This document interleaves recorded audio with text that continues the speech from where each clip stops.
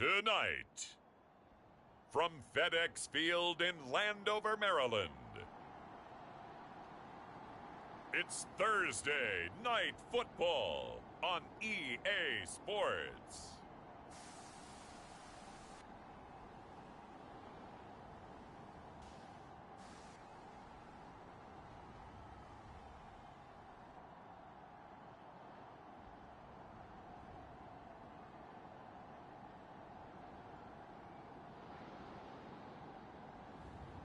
We'll see the Washington Commanders taking on the Green Bay Packers. We are just inside the Beltway, about 10 miles east of the Capitol Dome as we come to you from FedEx Field here in Landover. Tonight we kick off Week 3 with a great Thursday night matchup between the Green Bay Packers and the Washington Commanders.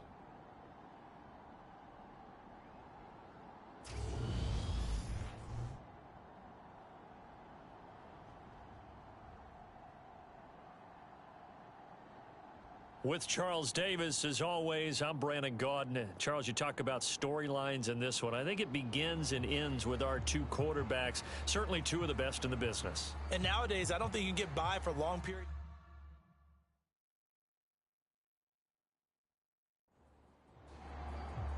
Two 1-1 teams here, each looking to move over 500, and we're underway here in Week 3. And we will not see a run back on the opening kickoff. This will be a touchback. So here are the Commanders making their way out. And they are led out there by their mobile quarterback. We're seeing it more and more in this league, how teams love to have athletes back there taking the snaps, guys who can throw it and move around and get yardage with their legs if needed. He's one of the best examples that we see out there right now. He can throw for hundreds of yards one week and then run for 100+ the next. He adds an extra dimension that really confounds defenses when he puts it all together. And he gets this one just shy of the 40, down at the 39. We'll get an injury stoppage, and it appears to be the wideout, Jahan Dotson. He's the one shaken up. While they come out and take a look at him, we will step aside for just a moment.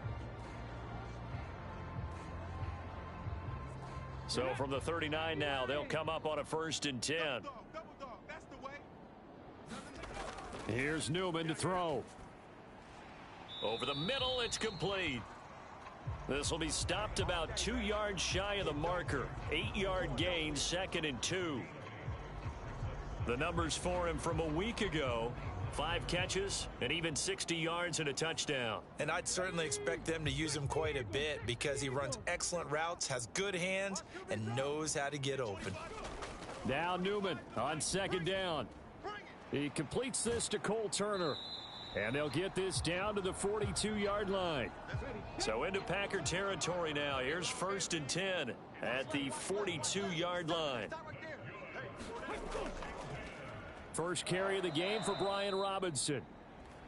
And this time they were waiting for him as he'll be knocked out before he can get back to the line of scrimmage. 2 yards the loss, 2nd and 12. This defense is a difficult one to prepare for, one of the best in the league. They'll come at you from all angles, and they did a nice job there stopping him for a loss.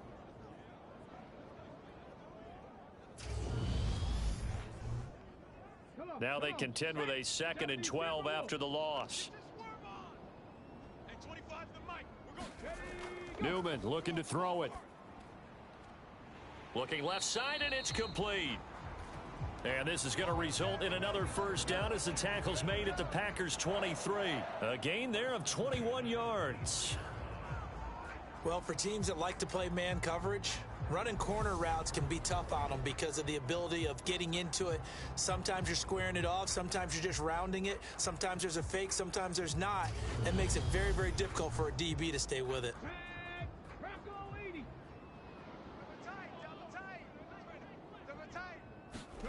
Play action. Newman. Looking downfield, and that's caught right side. He's got his man. Another 1st down as they call his number again. He's got 15 yards here. A lot of precision being shown on this opening drive. They've been methodical. They've been crisp. And as a reward, They're going to be set up with an early 1st and goal.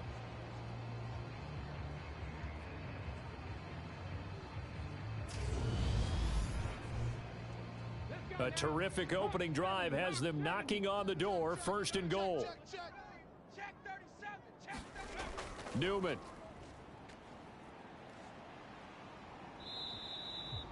He'll get 8 on the scramble there. It'll be 2nd and a couple.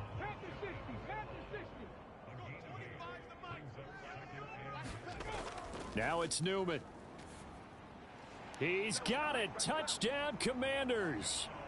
A great play there. His first touchdown here of the new campaign. And the Commanders put the Knights' first points on the board as they take the early lead. With these Thursday night games, sometimes you get those quick turnarounds. You wonder how a team's going to start. They started really well. Everyone's always wondering, going into a Thursday night game, who has their legs, who has, the overall health of a team.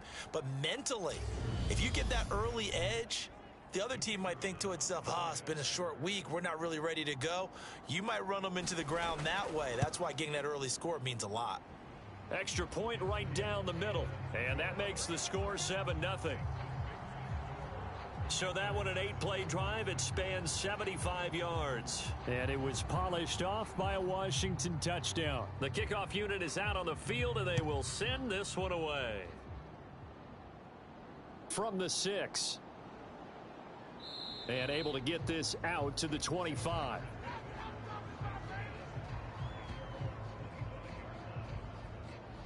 So now it's the Packers' turn to go on offense for the first time. And leading him out, their veteran quarterback. And what I loved about meeting with him before the game was talking to a guy who takes ownership of his performance. 2 touchdowns, 2 interceptions last week. But all he focused on was the loss, okay? And he did say, if I change my stats a little bit, not necessarily for me to look better, but that'll help my team. And here's a throw taken in by Boyd. And they work this well upfield across the 45. A well-executed 22-yard gain. Defense gives up a touchdown the opening drive. Offense, you got to want to get out there and get those points back right now. And that's a sharp throw there to get this drive off to a good start. A big hitter to start the drive has him up near midfield here for 1st and 10. First carry for Josh Jacobs. A check on Jacobs from a week ago.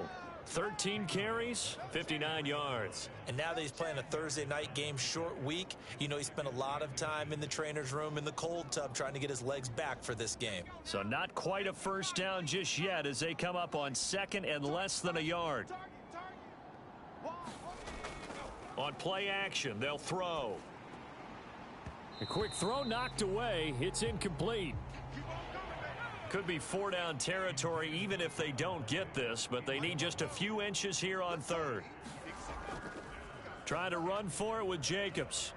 And he will have a first down here at about the 40. 3 yards there, good enough to keep the drive moving. Well, they just watched the other team take the ball downfield and score, so they knew that this drive, this opening drive, was on them. And, boy, that was important to pick up that first down there and keep this one going.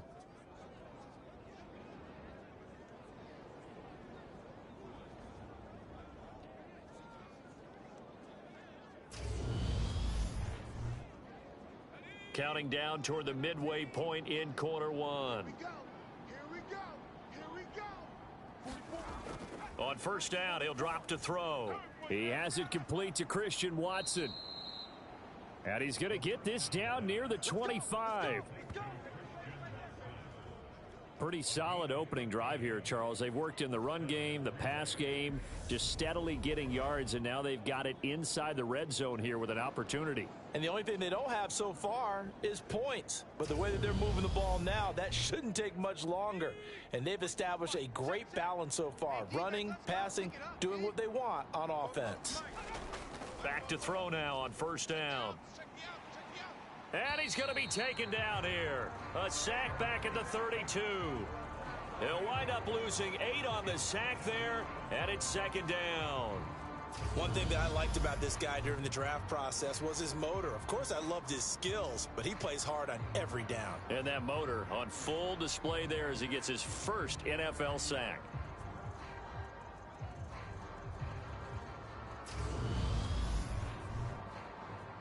Gotta imagine the pass rush will be equally intense here on second down following the sack. It's 2nd and 18. He'll look to throw. Throwing left side, it's complete. And they're going to have another first down here as the tackle's made at Washington's 15-yard line. And this has been a nice answer to the touchdown drive against them a few minutes ago because they've come out and reestablished the tempo. A nice throw there, and they're putting together a very strong drive as a response.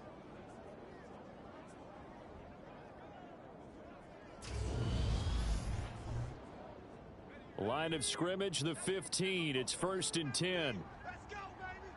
Check three. They will run out of the gun with Jacobs. And able to surge forward for about 5 yards down to the 10.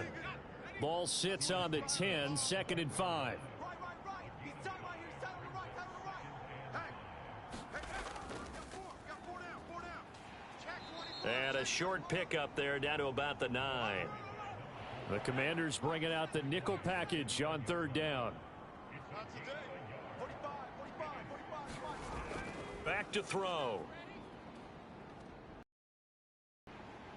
And he's not able to get away. Sacked back at the 22.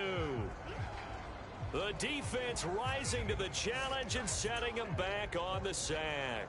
Well, it's about how teams are so competitively matched, and you just want to make those plays that give you an advantage. How about right here? The difference between letting them score a touchdown versus holding them to a field goal, that's absolutely huge with the play he just made. And you know he hated taking the loss there on 3rd down.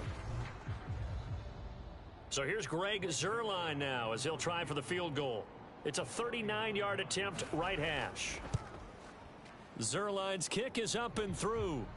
And they are on the board, but still trailing. It's 7-3.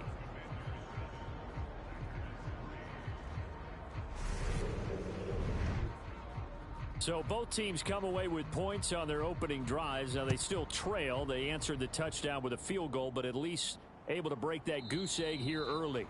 And that is what's important, right? Because they didn't let that initial touchdown go unanswered. Took the ball themselves, moved it downfield, and put it through the post for 3 points. Game on. Now Washington going to retake the field for drive number 2.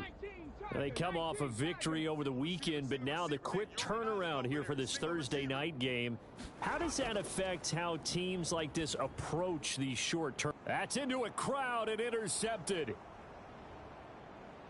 And the Packers are going to take possession of the football.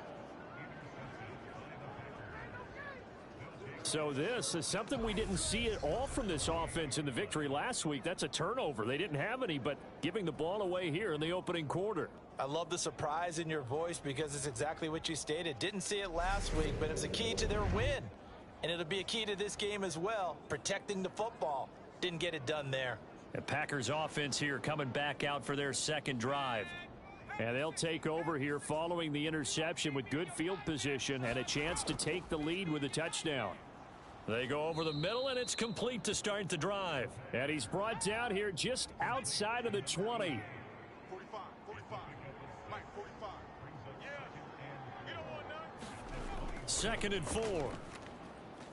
Catch made by Watson on the out route. And able to get this down inside the 15 to either the 13 or 14 before he's out of bounds. Now on 1st down, he'll drop to throw it. He'll be hit and taken down at the 21. He'll wind up losing 8 on the sack there, and it's 2nd down. After one, 7-3 the score on EA Sports.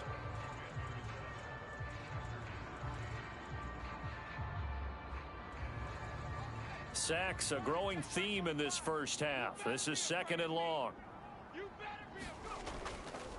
Here comes the blitz as they look to throw. Got his man complete over the middle. That's Green. And he's going to be marked down just outside the 10. They'll be in search of 8 yards here as they hope to convert the first down.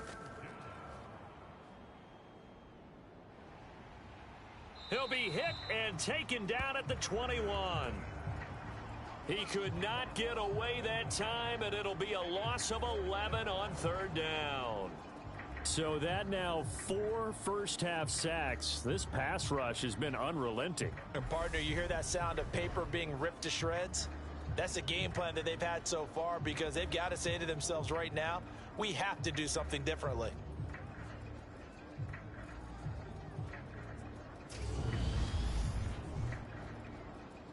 So here's Greg Zuerlein now as he'll try for the field goal.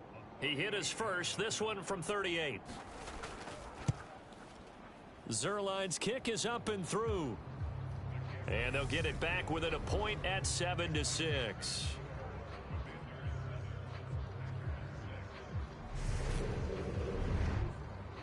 So, Charles, they get to them with their first turnover of the game and then make it hurt a little bit extra with a field goal. And anytime you give the ball up, what's the first thing a coach tells his defense?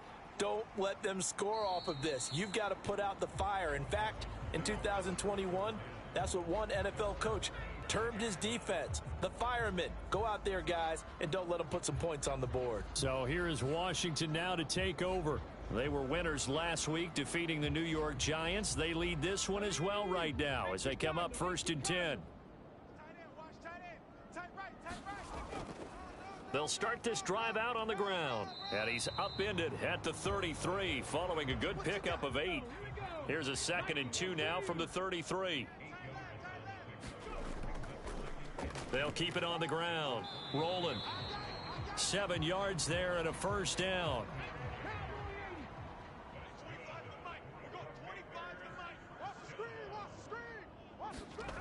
From the shotgun, Newman. He rifles one that's intercepted. It's Devin Lloyd with a pick. And the Packers are going to take possession of the football. Second straight drive now here, Charles, that have ended with an interception. And I just wonder, because I don't think it's going to rattle him necessarily, but I also wonder if it's going to unnerve him a little bit. Does it lead to another one? Or does he find a way to pull it together and become sharp again? And Green Bay getting ready to go as they take the field. They'll take over with great field position here, down a point as they start 1st and 10. Now a play fake here on 1st down. He'll get this underneath to Jacobs. And they'll work this down inside the 30. And I like the idea here. Get the ball in his hands, even if it's in the passing game. 3 catches a week ago, and he does a nice job here to pick up yardage.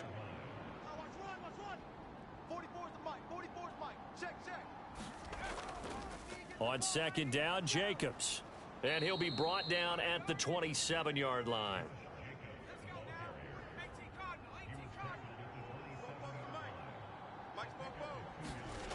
They'll look to throw now on 1st down. Over the middle, complete. That's Boyd. And he's going to be brought down at about the 16. Well, that certainly has to feel good. And it's not all the time that the play caller should get all the credit. Sometimes I think in the huddle, the quarterback just says, hey, who's going to make a play for me? I just need something right here. And the end result there, nice first down. Drive keeps moving. And the Packers are looking at 1st and goal as he's tackled all the way down at the 2-yard line. Just picking up yardage in bunches here these last few plays. They have moved right down the field, and just like that, they're going to be set up with a 1st and goal.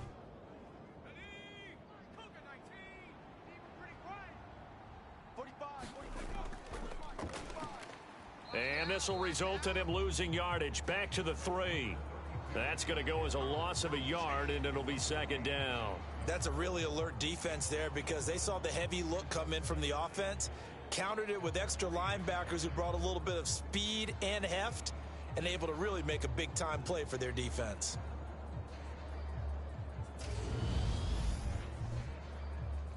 Three red zone trips have yielded just 2 field goals for them to this point, so they'll be searching for something more on 2nd and goal here.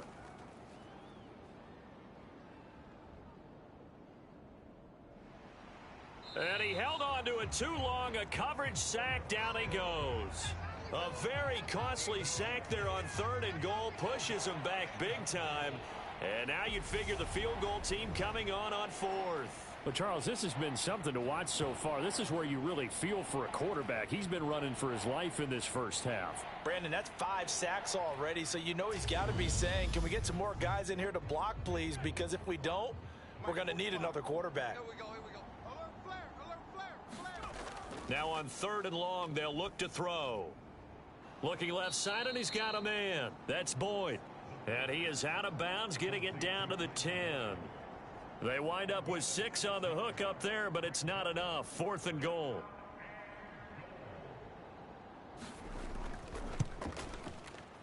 Zerline's kick is up and through, and they jump back in front here. It's 9-7.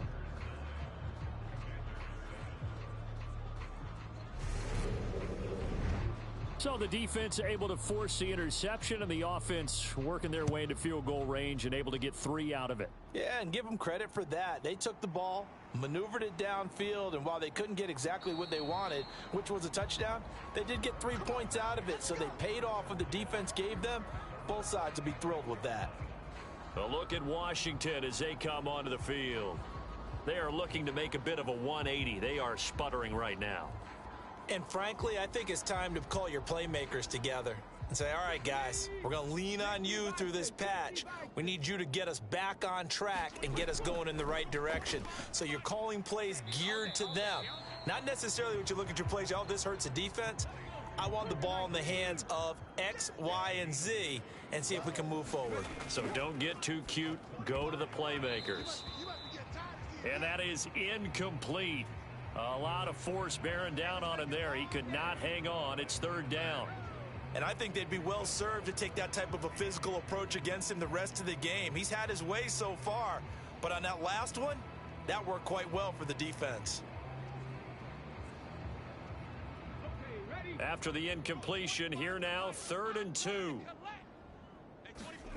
Now Newman. Got this complete to Jahan Dotson. And he's going to have a Commanders first down as they get 5 there on 3rd and 2. I like the fact that they didn't overcomplicate things on that call. 3rd and 2. Just run the quick little hitch, which they did. Ball's out of quarterback's hands. And yes, indeed, they pick up the first down.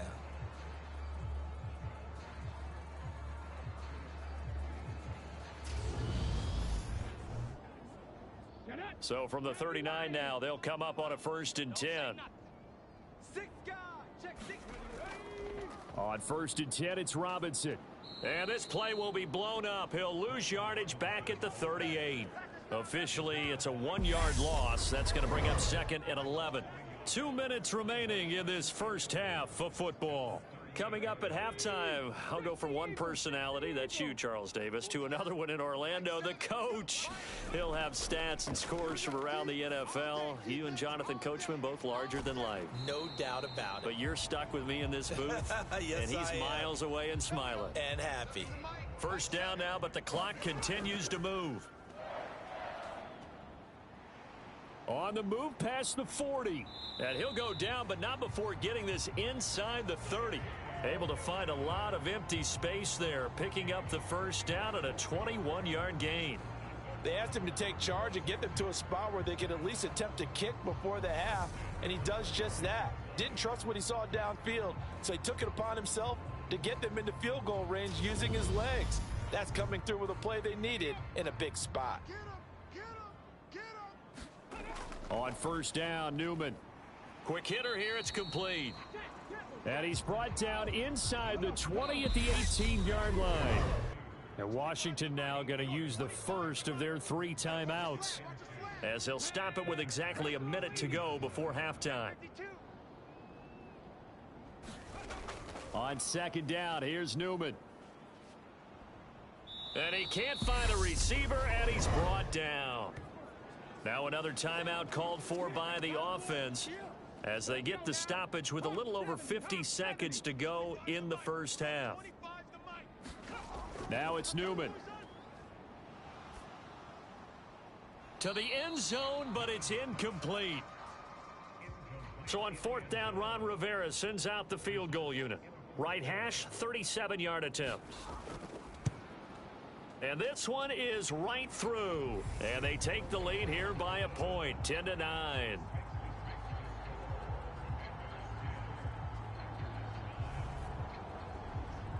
So in the end, they had the ball for 10 plays, but the drive gets them 3, not 6. Is it okay if I give credit to both sides on this one? Absolutely. All right, let's start defensively. They hung in there. 10-play drive, but they stiffened when they got close to the goal line, made them kick a field goal. And for the offense, 10-play drive. They might be a little disappointed they got a field goal, but they moved the ball down the field with dispatch and came away with points.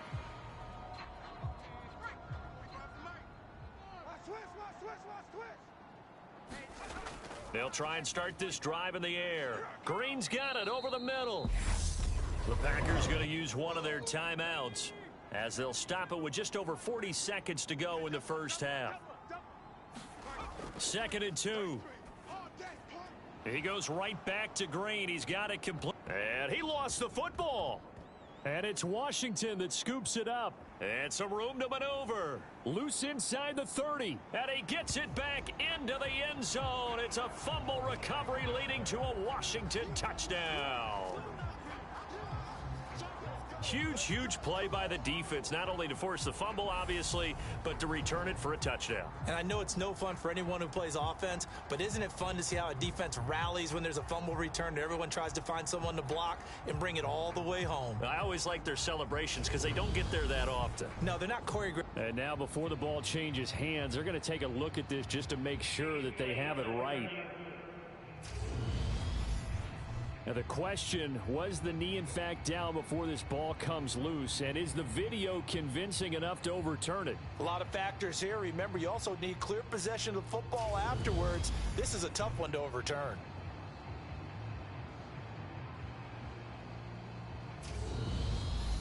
Now the Packers going to go ahead and use the second of their timeouts as the clock will stop with 35 seconds to go in quarter number 2. So that one overturned. They say the knee was down, and that will not be ruled a fumble. They'll look to throw here on first down.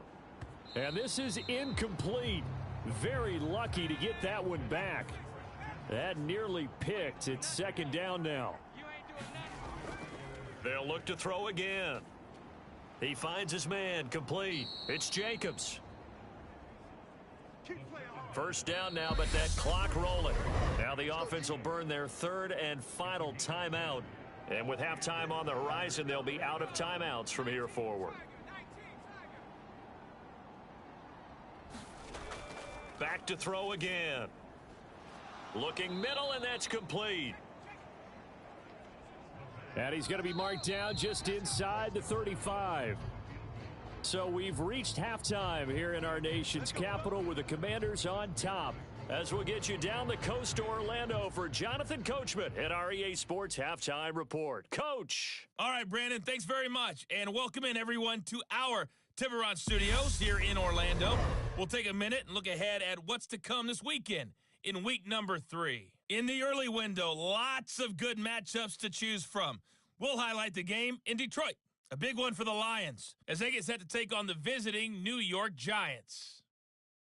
Excellent games in the late afternoon window as well. One being over in Arlington, where it'll be America's team, the Cowboys, taking on the Kansas City Chiefs. And lastly, Monday Night Football has a good one lined up between the New Orleans Saints and the Philadelphia Eagles. Meanwhile, in our game, it's been a defensive struggle. Which offense can break through in the second half? To find out, let's hand it over to our broadcast team of Brandon Godden and Charles Davis.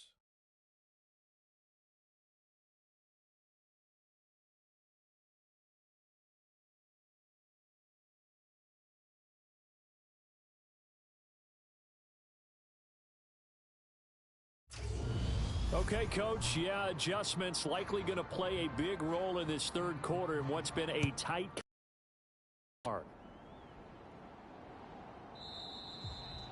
And this will be a touchback, so they'll bring it out to the 25. The Packers ready to go to start quarter number 3. This offense, Charles, had a strong first half throwing the football, at least in terms of yardage, but that hasn't translated so far on the scoreboard as they begin the third quarter here, trailing and looking for a little momentum. Yeah, you're right about that because, let's face it, in the first half, most of their focus was in the passing game. And to their credit, resulted in a healthy amount of yardage. So I would think that at halftime, They're going to anticipate that defense loosening up a little bit to try and cover the passing lanes. They've got to get the running game going, and there should be some gaps to run through now. And he'll be brought down shy of the 40 at the 38-yard line. So here's a 1st and 10 at the 38. Looking to throw. He's going to float this one deep right side. That went a little too high as it's knocked away and incomplete. An incomplete pass on 1st down. That leads to a 2nd and 10. From the shotgun, he'll look to throw. Green brings it in. And he's able to get this one out closer to midfield across the 45. 2 first downs have him up near midfield now on 1st and 10. Jacobs going to try the middle. And he carries this one past the midfield stripe and into Commander territory. The 1st down run got 5. Here's 2nd and 5. Once again, it's Jacobs. And he's going to get this one down near the 45-yard line. 7th play of the drive now as they come up on a 3rd and 3. Now a handoff up the middle. It's Nash. And he'll be tackled about 2 yards shy of the line to gain. A 1-yard pickup leads to 4th down. Now that was a big-time play by the defense. They as well knew where the 1st down line was, and they didn't let them get anywhere near it.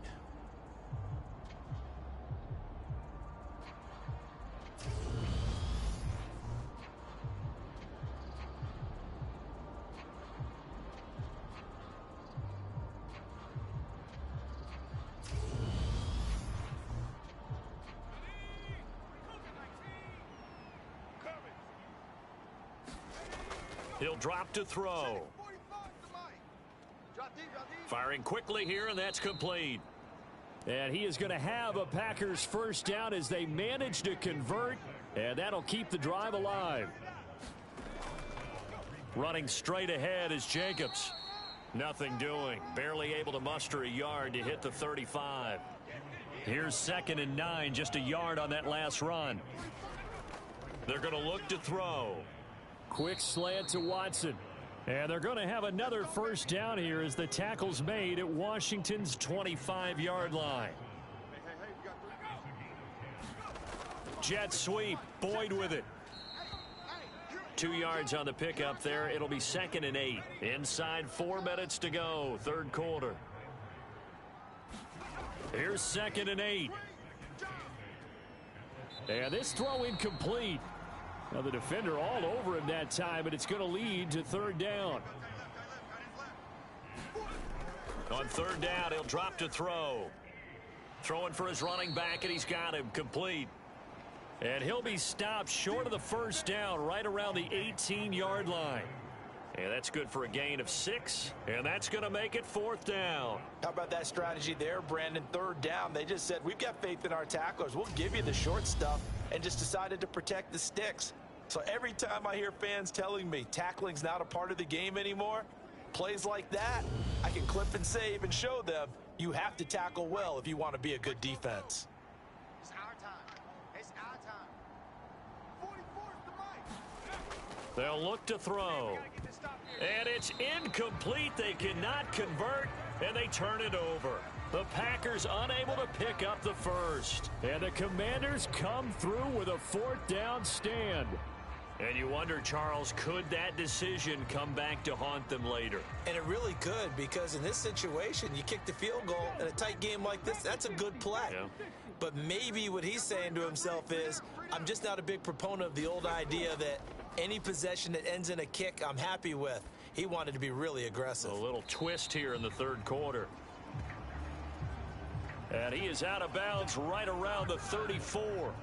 Successful start to the drive, 17 yards, and moves the sticks. As they began this drive, I was wondering how they were going to attack since they're playing with the lead. Would they continue to try and push the ball downfield? Well, after one play, it appears that the answer is yes.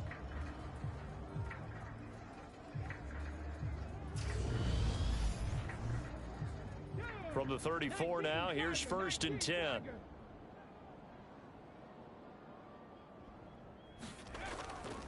Up the middle they go. Rolling. And he'll get what he can up the middle. 3 yards. That'll bring up 2nd down.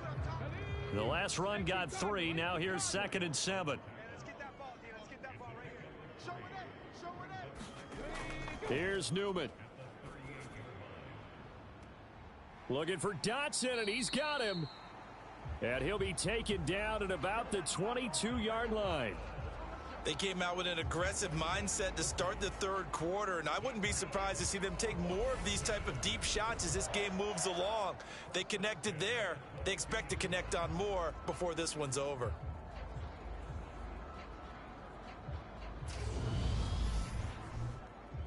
So the big play gets them all the way down to the outskirts of the red zone here for 1st and 10. Newman. And a quick throw here, that's complete. 2nd and 2.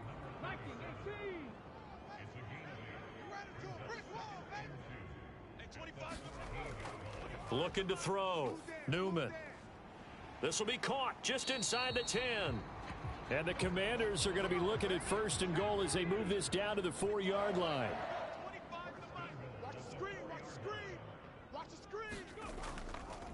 Now a handoff up the middle. Rolling. And he gets halfway there from the 4 to the 2 on a gain of 2.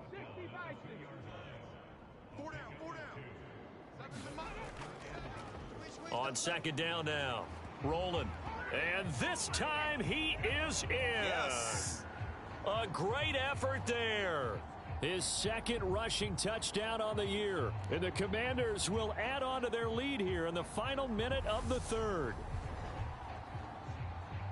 Well, he finishes off the drive with a touchdown run, Charles. Remember, he also had a catch on this drive as well. And that's what running backs want to be in today's NFL, a complete back.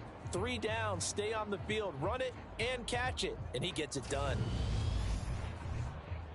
Extra point forthcoming.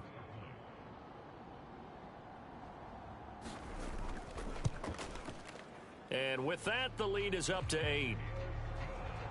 So that drives 7 plays in length. And it's culminated by a 2-yard touchdown run.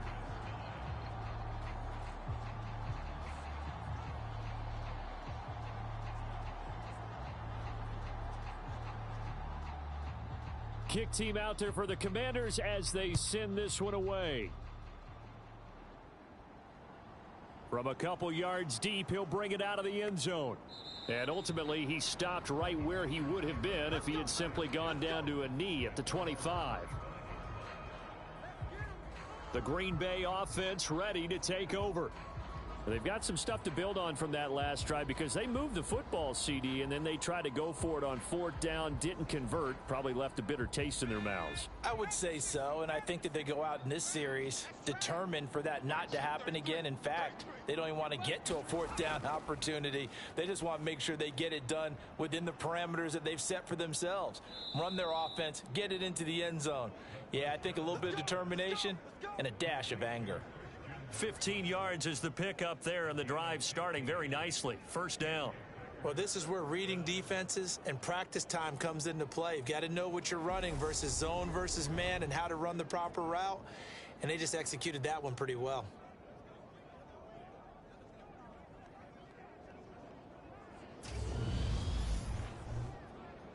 One play has him up past the 40 already, and another 1st and 10. 44's the mic. 44's mic. Check. Here's Jacobs from the gun. And he'll be pretty well stopped in his tracks. Give him a yard up to the 42. 1 quarter remains here in this Thursday night matchup. We'll return with more after this. You're watching the NFL on EA Sports.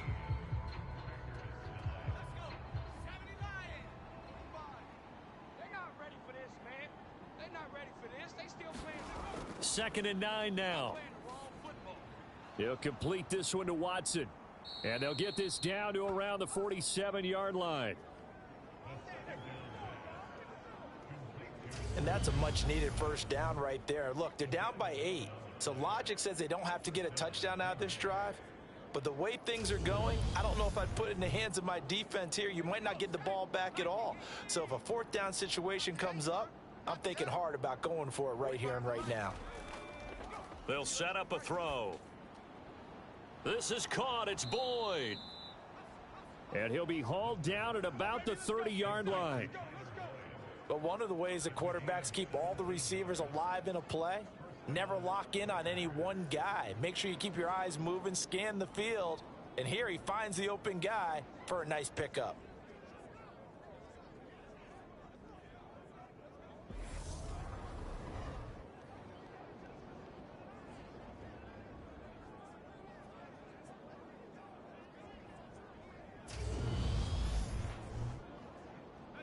So 1st and 10 now from the 30. They'll set up to throw. And Green with a catch left side. And he's brought down here just outside of the 20.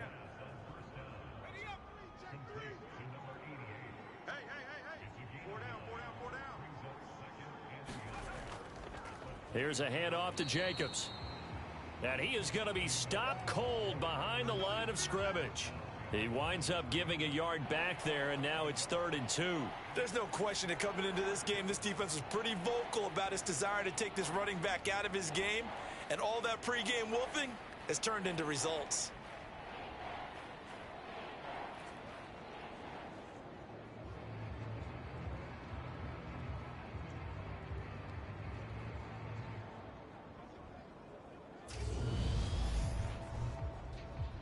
Trying to keep the drive going here. This is play number 7 on 3rd and 2. They'll stay on the ground with Jacobs. And I don't think he got there. No, they stop him right where it all started. Nothing doing on 2nd and 3rd down after that 9-yard gain on 1st. I apologize in advance, partner, but the beefeaters on the interior of this D-line, you just know they were licking their chops on 3rd and short. And yes, they were rewarded with a tasty dish, stuffing that one short of a 1st down. Well, we got beef eaters licking their chops and tasty dish in one fell swoop. I did apologize in advance, didn't I? Yeah, you did. That line's not eating tofu. I'll tell you that much for free. And he will be brought down at about the 6-yard line. Some collective exhales over there on the sideline. A big pickup through the air on 4th down to bring up 1st and goal. And with the scoreboard against them here in the 4th quarter, this was definitely 4-down territory. Really nice job there finding a way to get open, and a really nice throw. That sets them up with 1st and goal. 1st and goal, a touchdown and a 2-point conversion here are musts. Now back to throw. Oh, no, he lost the football. And it's Washington that scoops it up. Through an opening, and there he goes. 30, 10, 5. And he is going to bring this one back to the house. It's a Commanders touchdown on the scoop and score. The offense, they've had some sloppy moments. Sloppy there again on that one, and it could be the backbreaker. From a defensive perspective, if the offense is going to be sloppy, you've got to take advantage of that. And that's what they've done all game long.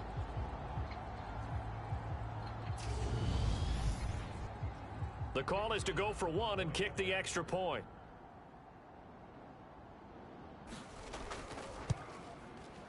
And the lead is up to 15 now. So not only the cough up, but then the pickup on the other side, the scoop, and the score the other way, the fumble return for a touchdown. So here's the kickoff now as they'll get it again following that fumble return for a score. Fields it right around the goal line. And he'll take it up past the 25 to the 26-yard line.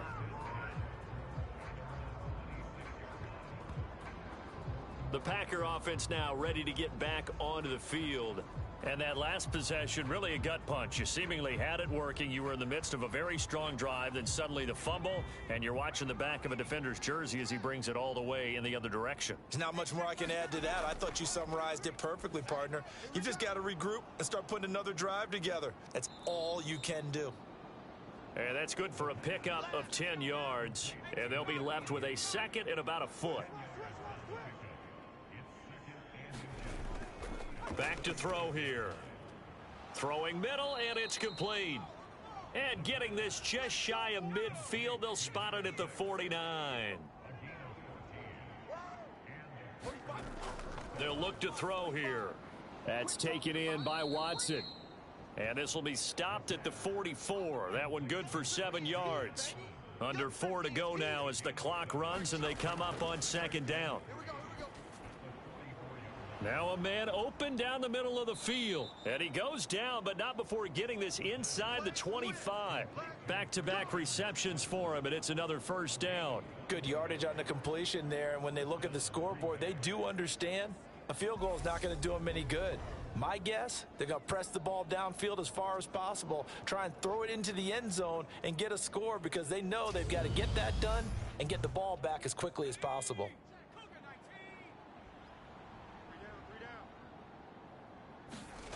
They'll stick with the passing game as he looks to throw. Boyd's the target, and he has it over the middle.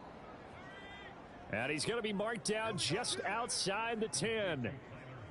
But correct me if I'm wrong. You're down 2 scores. I don't think you need to rush just yet, but you can't take your time either. Yeah, even if you don't want to commit to full 2-minute offense, you have to up the tempo, up the urgency. Maybe you're starting to call 2 plays in a huddle each time you snap the ball. Again, he'll drop to throw.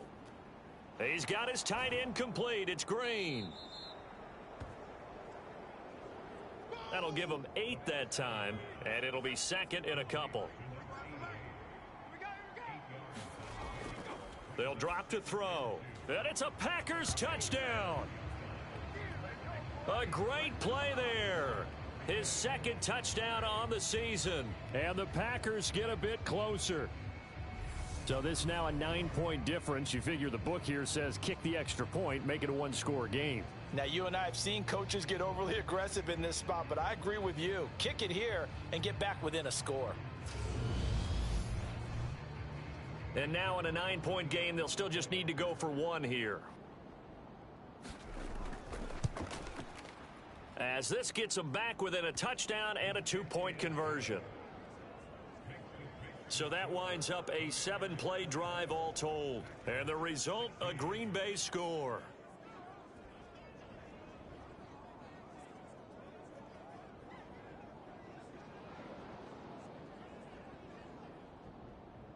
Set now to kick this one away, and off it goes.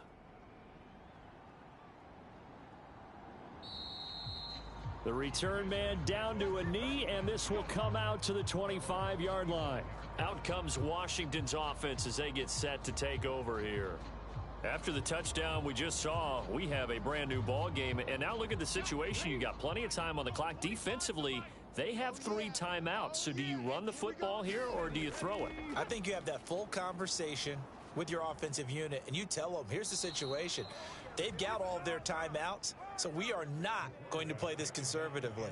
We've got to attack them. We've got to make them use those, gain the ground that we need in order to put this game away. If you think we're just going to run it 3 times and punt it, you've got another thing coming. Yeah, and by the way, also the 2-minute warning in play, so essentially 4 timeouts left. They have to be aggressive here.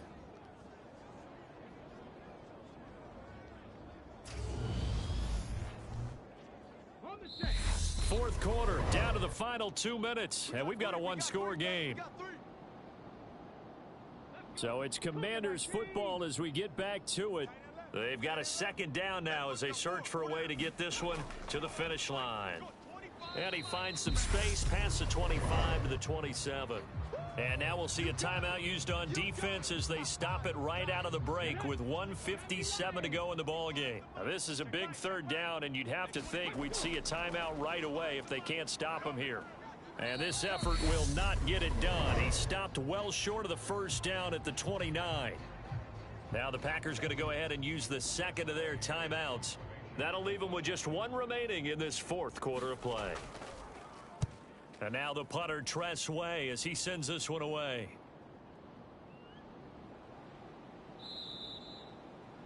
Call it an even 40-yard punt. 7, though, on the return. And it'll be Packer football here. 1st down and 10. So the Packers down on the scoreboard. 1:44 to go. They need a touchdown and, of course, the 2-point conversion as well. Watch the whip. Hey, right, Roger. Back to throw.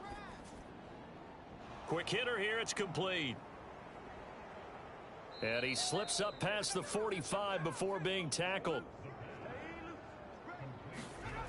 They'll look to throw.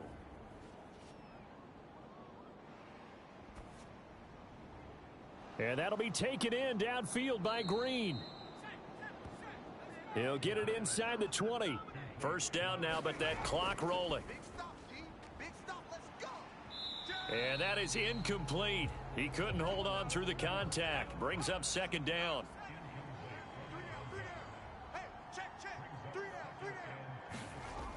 He's back to throw. Over the middle into traffic, and that's complete. And he's going to be marked down just outside the 10.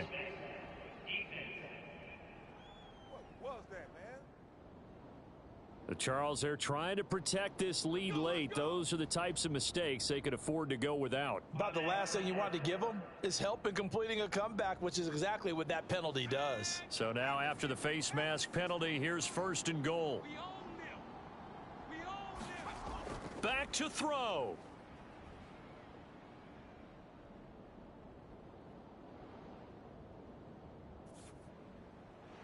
And that's going to be incomplete. Too tough to hold on to that one. It's second down. Limited time left on the clock after that incompletion, so I think both sides are going to savor every second to prepare before the next snap. Because once the ball's in motion, it may be a nonstop push to finish this drive off. Everyone better be on the same page right now, because I think they're going to try and get several plays off in quick succession if they can. This one incomplete and over everybody. Looked like a clear throwaway, but the officials, they're going to say there's a receiver over there in the area, so no flags, and it's third down. And this pass broken up. The contact well timed there, and now fourth down. Partner, they've got one chance left to keep this one going, and I think for you and me, let's think along with their offensive coordinator now. Has to think back, cycle through every play of this contest, and remember what's worked and what hasn't. Because right here, he needs the best play of the game in order to keep this one alive. Got to try it here. He's back to throw. On a huge mistake late. It's intercepted. Picked by Kevin Byard. He's got daylight. The 40. And the Commanders are going to take possession of the football. Well, he picked it in the end zone. They're glad he brought it out all the way across midfield into enemy territory. And don't think for a second that some teammates didn't tell him to stay in the end zone, right? What he did there, to me, was the equivalent of baseball running through the third base coach's signal to stop at third. And it's only good if you're safe. And he ended up, to me, this counts as safe. That's a great return. Washington about to close this one out as they are down to a knee. Now the Packers going to burn their third and final timeout as they get it with 16 seconds remaining on the clock. And they'll indeed take a knee.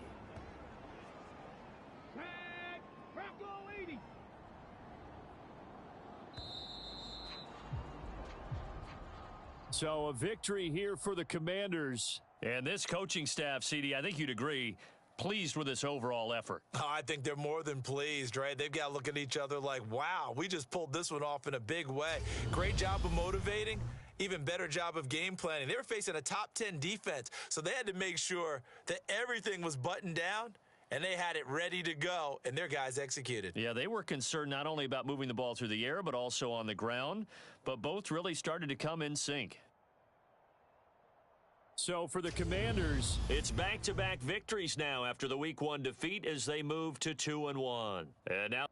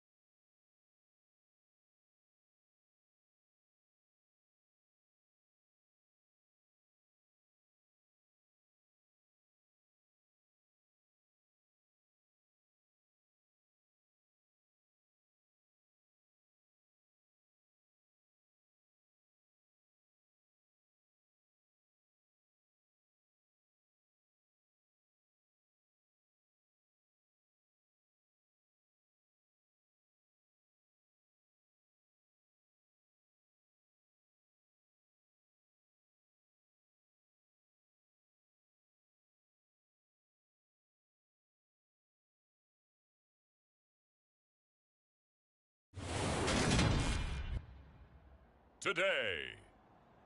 From TIAA Bank Field in Jacksonville, Florida,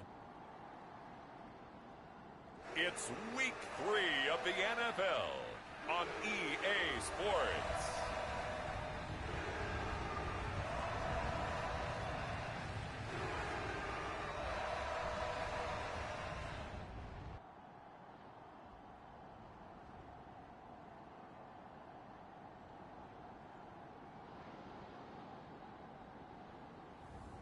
It's the Jacksonville Jaguars taking on the Cleveland Browns. The calendar may say autumn, but temperatures are still pretty sweltering here in North Florida. But the good news, the radar is clear.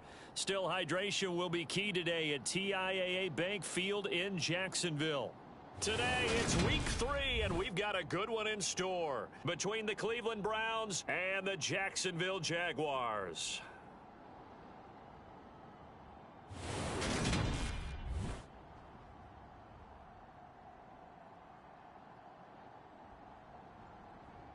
Alongside my partner, Charles Davis, I'm Brandon Gaudin. Charles, you look at this Jaguar team.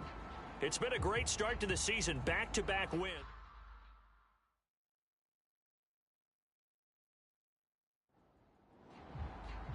As of this morning, summer officially over. It's time for autumn football, and we're underway on EA Sports. This will be fielded inside the 5.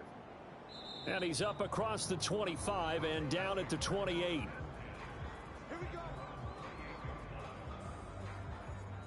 So here come the Browns for their first drive on offense. And they'll be led out by their 9th-year quarterback. And you and I both know that any win is a good win, and that's what they did last week. But there's also plenty for him to work on in his game, wasn't there? Yeah. 2 touchdowns, an interception. Yeah, you know, he wants to increase that a little bit in terms of ratio. But first and foremost, they did win the game. They'll come out throwing here on first down. Jaguar pressure and a Jaguar sack. It looks like a 12-yard loss there on the first down sack. Well, we knew coming in it was going to be a long afternoon if they weren't able to hold up against this pass rush, huh? What we didn't know was that protection was going to spring a leak on the first play from scrimmage. Got after him right out of the gate.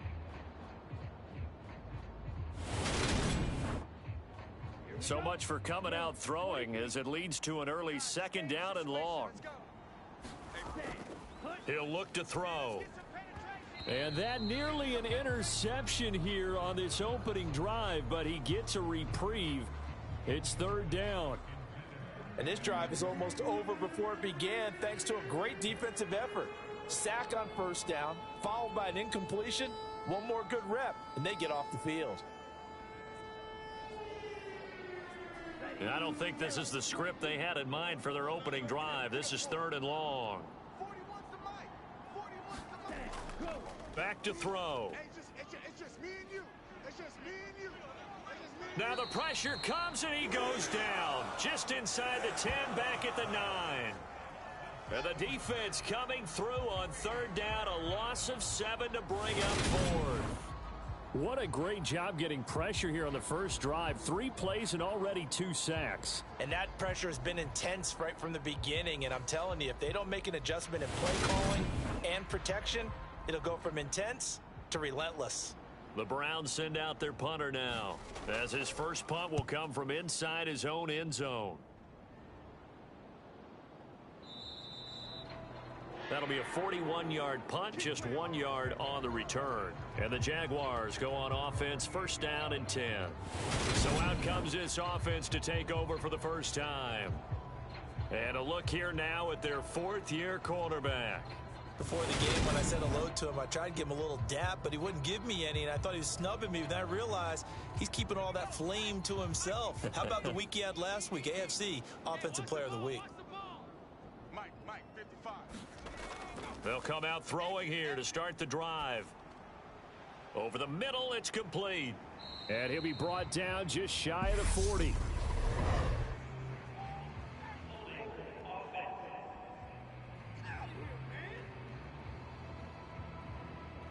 So that flag obviously takes away the good yardage that they had on the play. And talk about a momentum shift, because we can visibly see this celebration shifting from one side of the field to the other as soon as everyone saw the flag. And he'll pick up about 3 there, up to the 43.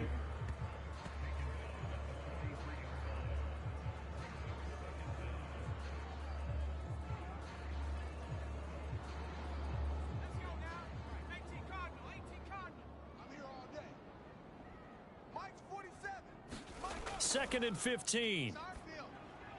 Gets this to his running back. It's Christian McCaffrey. Give him a gain of 5 on the completion. And that's going to lead to a 3rd and 11. He'll look to throw. That's caught. The ball's out. McCaffrey lost it. And this is picked up by the Browns. And he's just across midfield and down at the 49-yard line. He was trying to do anything he could to get that final little bit for the first down. Instead, he lost the ball. Yeah, and he was short of the first down, but not by much. Trying his best, as you noted, to get there. Sometimes that extra effort can cost you. Second drive coming up here for Cleveland as they return to the field on offense. And they'll certainly be trying to do better than that first drive where they went 3 and out. And sometimes the first drive is just simply to settle nerves. You know what it's like at the start of a game with the emotion. Guys a little bit jumpy. But you do. Oh, you understand the same way. It's just like us calling one, right? Making sure we ease into the game, let it come to us. Well, you went 3 and out. And now they have that opportunity. No, you didn't go 3 and out. I went 3 and out on that first drive. I'll try to do better here. So that one overturned. They say the knee was down, and that will not be ruled a fumble. Cook now on to punt as he gets this one away. And did he put that on a dime? He did. Wow. Out of bounds at the 1-yard line. Brandon, you're never quite sure what the side judge or the field judge is going to rule there. That was awfully close, but in the end, he says it passed over the 1-yard line, and that's where they're going to mark it out. I mean, you can see it right there, right? See him walking up the sideline. Told him to stop right there at the 1.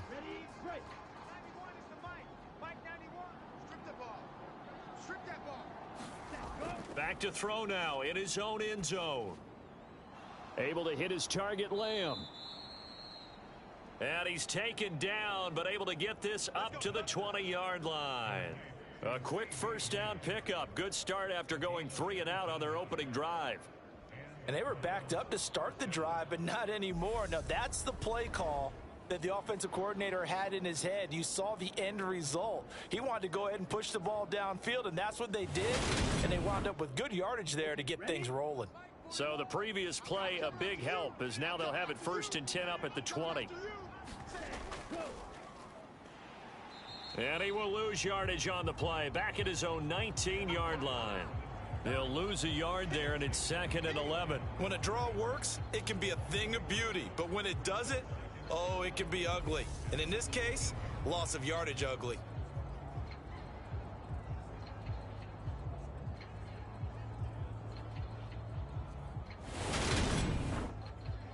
So after the loss of a yard, they'll look to push forward here on 2nd down and 11.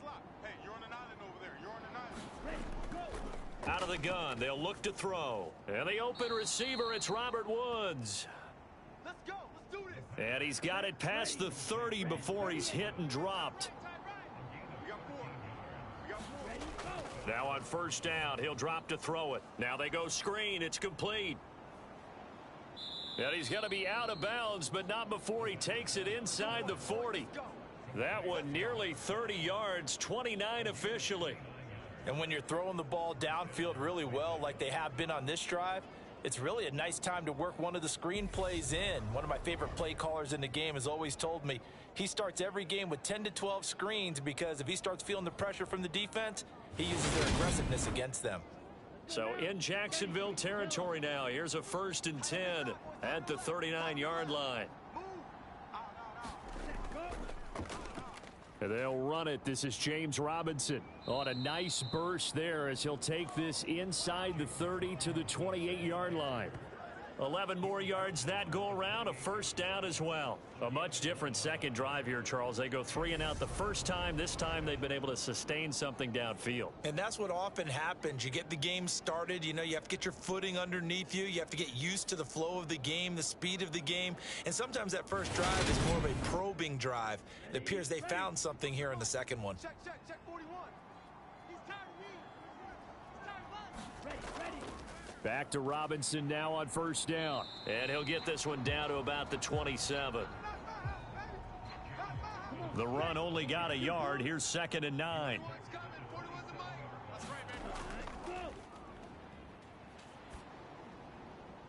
And he's left with no option here but to throw it away. Now play number 8 on this drive, and they need 9 yards to pick up the first on 3rd. He'll find Lamb. That's complete. And they're going to stop him short of the first down as he's tackled at about the 21. That's good. The completion there for 7 yards. And that'll bring up 4th down. Well, we hear so often how tackling has become almost a lost art in the NFL game. But it's so important to tackle well on these receivers, especially in a play like this one. 3rd down. They gave him the underneath stuff. You got to go up and make the tackle right away.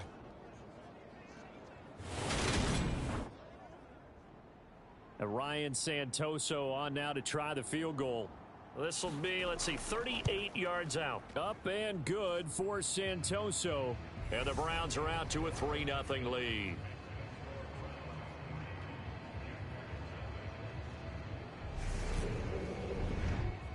Well, both teams kind of feeling each other out here. And now after 3 drives, we have a score with that field goal. Yeah, they're still waiting for their breakout drive to come to them, all right? They're using the playbook well. They're looking for that extra section that says touchdowns instead of field goals. But they'll take the 3 for now and try and get set up for more later. So time to see Jacksonville again on offense for the 2nd time here in this game. And a 3 and out on that first drive. We'll see if they can do better here. They should have a better opportunity because the nerves should be settled now. That first series, everybody goes out with a little extra emotion. So now they get a chance to go back out and say, okay, now we're into the game. Let's go play and play as best we can. You almost get a mulligan then on that first drive? Sometimes it absolutely serves that way. You get a second opportunity. Nothing big happened. But then again, you didn't commit any mistakes either. Off you go. And he'll be upended at the 28-yard line. Just a 3-yard gain there. So 7 yards from the first down here as they come up to the line of scrimmage. Oh, the ball comes out on the hit, but they'll say it's incomplete. That looks like it's going to be 2 empty possessions now to start this football game. I think they're going to have to sit down and talk about what worked for them last week in their win. Sometimes you over-game plan, overthink things. Get back to what works.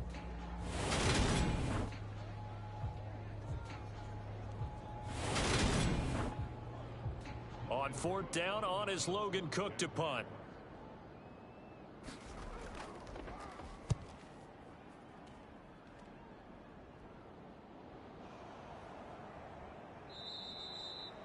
They call that a punt of 38 yards officially. And the Browns will take over 1st and 10.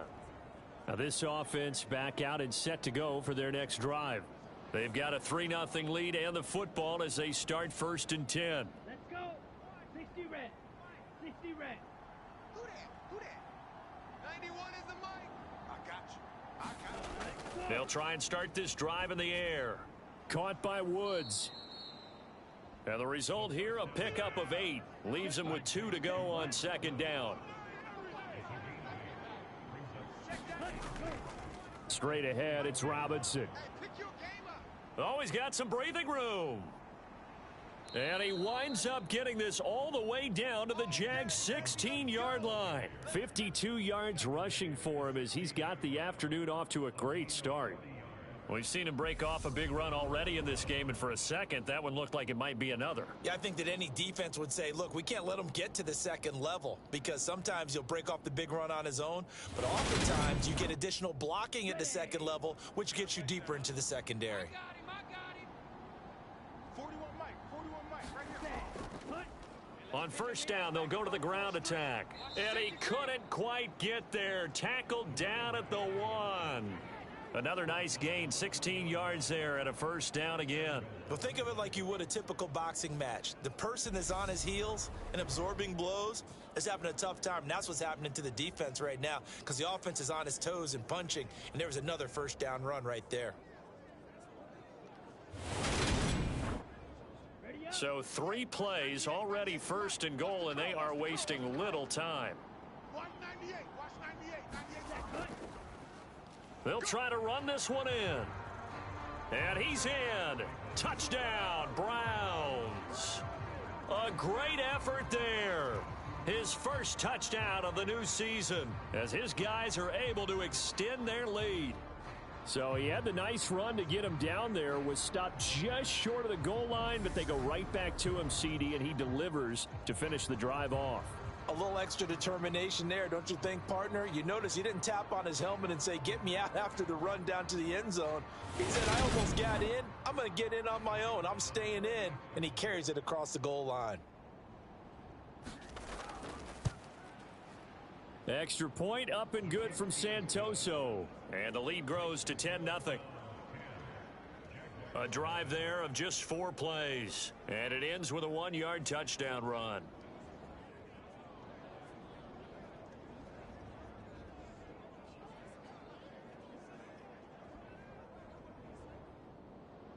So an early 10-0 lead for them now as they kick it away. And no thought to bring this one out. He'll just go down to a knee, and they'll take over at the 25. And out now comes Jacksonville as they get ready to go. They're still in search of an initial first down as they come up here 1st and 10. Check, 47. Time to go, night. 47 is the mic. 47 is the mic. Off the play fake, he'll look to throw. You're all mine. You're all mine, baby. Wide open receiver complete. And he's taken down right at the 45-yard line. Give him 30 yards there.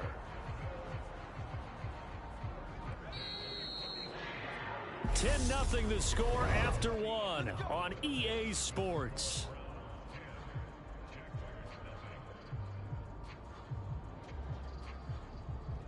This offense finding its legs now. Here's another 1st and 10.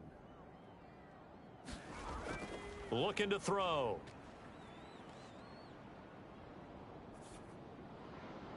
That's caught by the big tight end, T.J. Hockenson.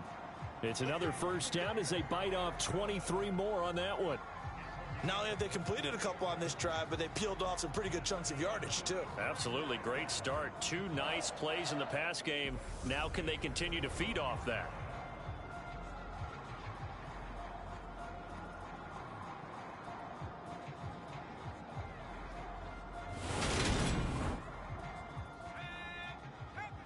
Panther 60. He don't know no better. 47's the mic. 47's the mic. Better bring it. Back to throw now on first down. Into heavy traffic, and it's intercepted. Picked up by Marcus Williams. And the Browns are going to have the football here at their own 18-yard line. That was one I kind of saw coming, Charles. He had a free safety just hanging back there over the middle, waiting, and he saw that ball go in the air, and he jumped on it. And I don't know why the quarterback didn't see that. That was just your standard cover 3, which means the free safety in the middle of the field, the 2 corners, and they divide the field in thirds. But when you have a free safety with range, like a good center fielder, he can go from side to side and make plays on the football as he did there. Now a handoff to start it out. Robinson. Just a yard on the pickup there, and it'll bring up a 2nd and 9. Not today, baby. Not today. Watch Twitter. Here's a handoff out of the gun. He is taken down at the 21 after a short gain of 2.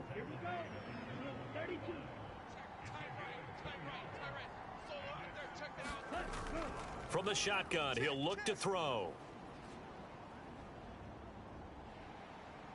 And he's taken down. Back at his own 7. Multiple defenders getting to him there for a huge loss. So, Charles, no turnovers yet for this offense, but those sacks now, they're starting to pile up. And one thing usually leads to another because they've got to figure out how the offensive line and everyone else involved in protection can keep their quarterback upright and allow him a chance to throw the ball downfield. The Browns send out their punter now as the drive goes backwards, so he's on to punt it away. Now a fair catch taken, maybe a yard or two shy of midfield. 36 yards on the punt with no return. And the Jags will have great field position to start this drive as they take over on the short side of the field. Jacksonville back on offense and ready to take over. As the offense comes out here, Charles, remember they threw the interception last time out, but they were moving the football down the field. Looked like they were going to have a sustained drive that ended in points, but then the pick ensued. And because of that, there's no way you can call the last drive a success. Yes, there are things to build on because they found some play calls that worked. Now, they've got to build another drive and find a way to avoid the turnover that plagued it on the last one. The catch made by DeAndre Hopkins. And he'll be taken down here just shy of the 30. Line of scrimmage, the 31 now on 1st and 10. Up the gut, McCaffrey. Give him 5 on the carry there, and it'll be 2nd down.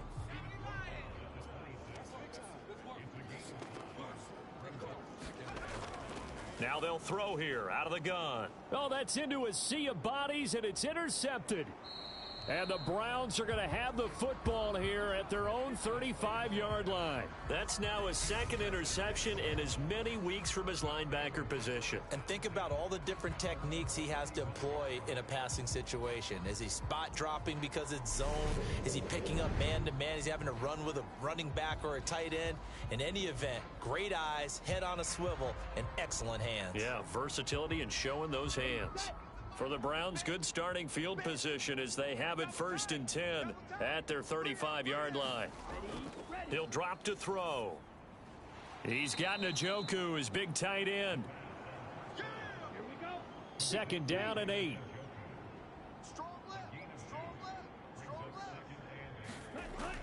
Second down and a run by Robinson. And they will only muster a yard here to the 38.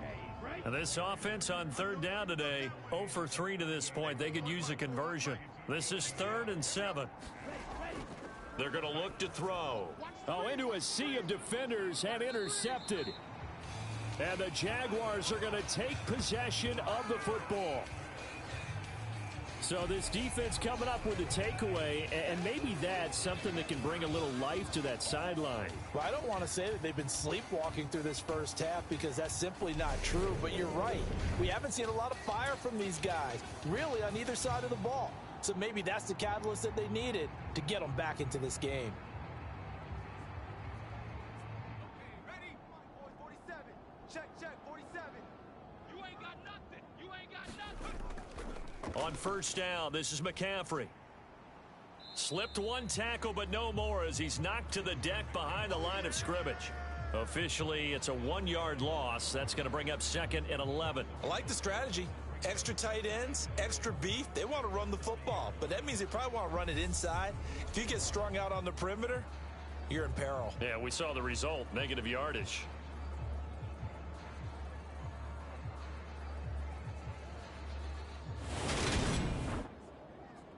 After the loss to start out, here's 2nd and 11. Now a shotgun snap as they'll look to throw.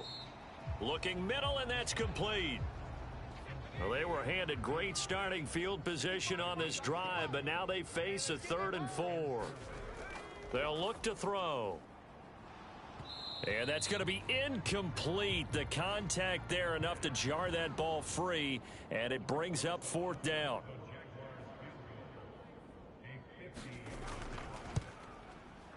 And that is no good. He gave it a good run. That wasn't more than a foot or so wide to the left. And they will not cut into that 10-point lead.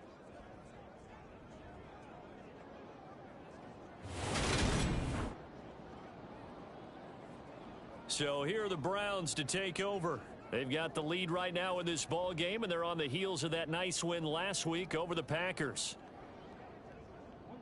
Everything looked good. Good snap, good hold. Sometimes, though, the ball just doesn't want to go where you want it, and this one winds up no good. Trying to shake off the interception. He'll look to throw.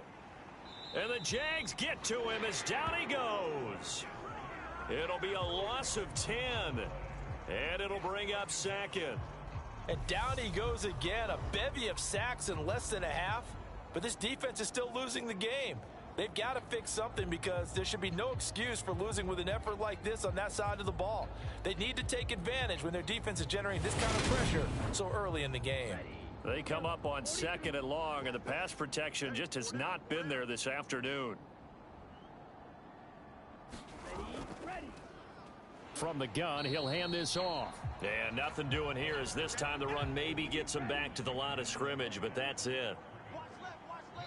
We've hit the 2-minute mark of the first half. 10-0 our score. And some secondary help here for the defense in the nickel on 3rd and long. And they'll give him another shot here on the ground. And hold on here, because on that last run, it looks like we have a player who was shaken up. So as the medical staff takes a look, we'll step aside.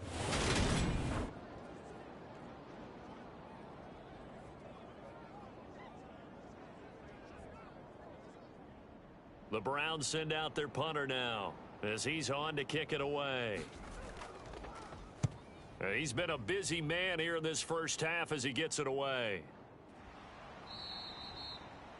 They'll score that a 36-yard punt. And they will take over 1st and 10. And now this offense comes back out onto the field. Last time out, they had that long 50-plus yard field goal that they missed. And I'm sure on their sideline they're thinking to themselves, okay, do we still want to try one if we're in that position again? And I would dare say that the answer would be yes. They're going to have a lot of confidence in their kicker. But just to be on the safe side, I'm sure they told their offensive guys, can we get a little bit closer this time? Closer. Yeah, you know, I'd rather get in the end zone first and foremost.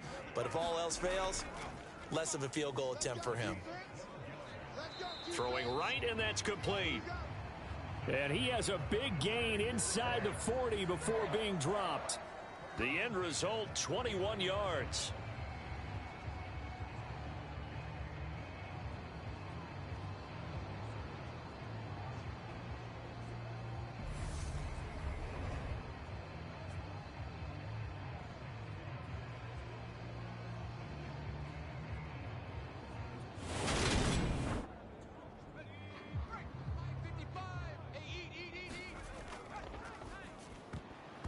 And that one drops down, incomplete.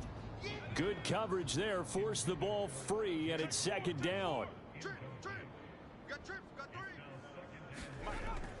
Back to throw again. Open man, he's got him, the tight end Hawkinson. And they're going to work this down to about the 32-yard line. Let's not quibble about the gain there on 2nd down. That was a positive play because that was a take-what-you-can-get situation. Got out to the tight end. Now it gives them a much better opportunity to convert on 3rd down. They missed a field goal on their last drive. Here they need something to even get into field goal range on 3rd down. Coming up here looking for 3 yards to pick up the first. They'll look to throw again. Throwing the out route and complete. It's Hopkins. And they're going to have another 1st down as he's going to be tackled at the Browns' 17-yard line. They give him 14 yards that time and a fresh set of downs. Yeah, these are the types of plays they're going to need to hit on if they're going to get back into this game. It hasn't been the greatest of first halves, but this is a nice throw here on 3rd down, and they keep the drive going. So from the 17 now, here's a 1st and 10. From the red zone now, they'll look to throw. Out to the left there and complete to the tight end Hawkinson. Now the Jags are moving quickly in the hurry-up. 2nd and 1. And it's intercepted at the goal line. Picked off by Martin Emerson. And the Browns are going to get this back to their own 34-yard line. And when a team advances as far as they did, got over the 50-yard line, don't you think that drive deserved a better ending? I think he needs to get with his coaches on the sidelines, make some immediate adjustments, and that's what you do. You don't wait. You do it from series to series, because drives like that end with a turnover, that's multiple times they picked him off already in this opening half. The Browns drive about to get started. And with 7 seconds remaining, not much time to really do anything. They'll indeed start on the ground to run that clock. And defensively, they're just looking to keep him contained as they're able to get him down. Now whistles and a timeout with 3 seconds left in the first half. The last run got 6, now 2nd and 4. Robinson with another carry. And he'll work it across midfield inside the 45. So we come upon halftime, and it's the visiting Browns with the lead. As we send you a couple hours south of here to Orlando, that's where we check in with a coach and our EA Sports Halftime Report. All right, Brandon, thanks. And welcome in everybody to our EA Sports Halftime Report. Time for a look around the NFL here in Week 3 of the new year.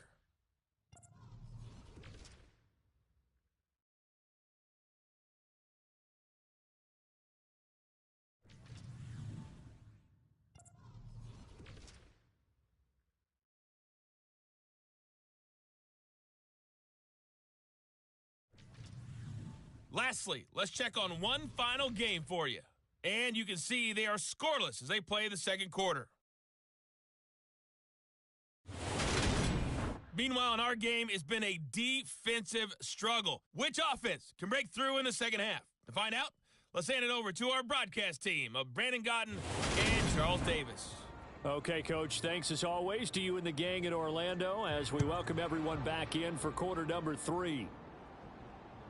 And here comes a return from just beyond the goal line.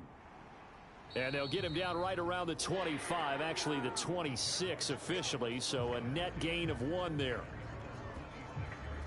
Out comes this field general once more, leading his offense back onto the field. And he's got to be wondering what happened in that first half. 3 interceptions, very uncharacteristic. And even the great ones go through phases like this, like what we just saw. And most of them, they have such a mental capacity to throw it out and essentially start over. I think that's where he's headed now. He's got his opportunity to throw it out. Let's see how he does. 2nd and 6. On the slant, complete to Hopkins. It's a first down, his 4th catch of the game after having 3 in the first half. This has to go down as one of the simpler routes in the playbook, but oh so effective. Nice completion there. Keeps the sticks moving. So from the 39 now, they'll come up on a 1st and 10. They'll set up to throw. That's complete once again to Hopkins. And they're going to get this up to midfield.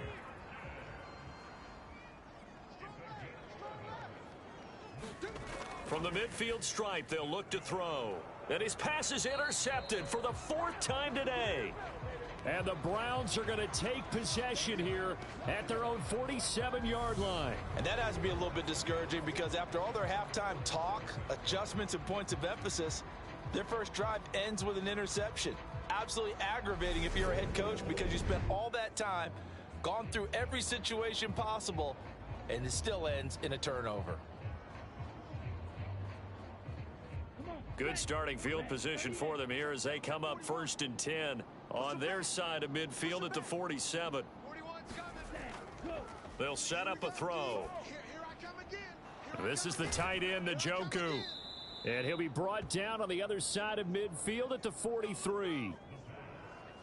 And now we get into the psychology of the whole thing because a lot of teams with a 2-score lead in the 3rd quarter, they almost become defensive with their offense, just playing not to lose. I think with this team, you got to figure at this point, this is a great spot for them to go into attack mode, really try and put the hammer down and finish this one off. Back to throw now on 2nd and 10. Oh, he's going to let this go for the end zone. And that's going to be caught for a Browns touchdown. CeeDee Lamb, his 2nd touchdown on the season. And the Browns take the forced turnover on defense and convert it into 6 points. Always important to get the first score of the second half. Now you start to pull away a little bit and get some breathing room going. And now we find out about the fortitude of the group that's behind, because they were counting on getting into the game a little bit more, right? Maybe they get the first score. That doesn't happen. It looks almost insurmountable, but it's not. Let's see how hard they play the rest of the game. Extra point up and good from Santoso. And that makes our score 17-0. The Browns kicking team out there now as they'll send this one away. And he won't return this one. He'll go down to a knee, and they'll start at the 25. Here comes the Jaguars offense as they get set here. I kind of feel like they've reached a do-or-die point in this game, Charles. If they're going to try to pull off an impressive comeback, it has to start right here, right now. Yeah, now they've got a final chance to get out of this situation, but they also understand they've got to move the ball and move it fast. In addition, they need to save as much time so they can get 2 more possessions. And he's able to take this one up to the 35. A good gain on first has him set up with second and just a couple of inches now from the 29. McCaffrey running up the middle. Only a gain of a yard, but that's all they needed.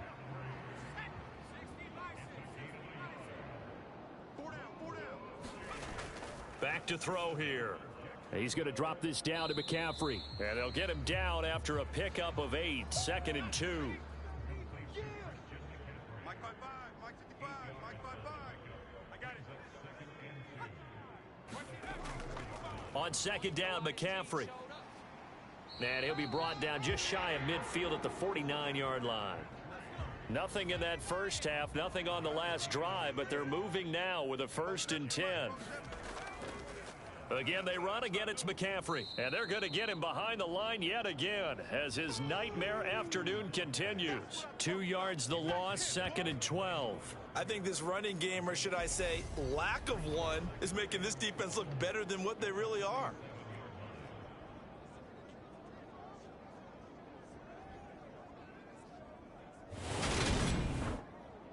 So the first down run lost a couple. Now they come up 2nd and 12. They'll drop to throw. Throwing middle, and it's complete. And they're going to have another first down as he's going to be tackled at the Browns' 40. That one goes for 13 yards, and it moves the sticks.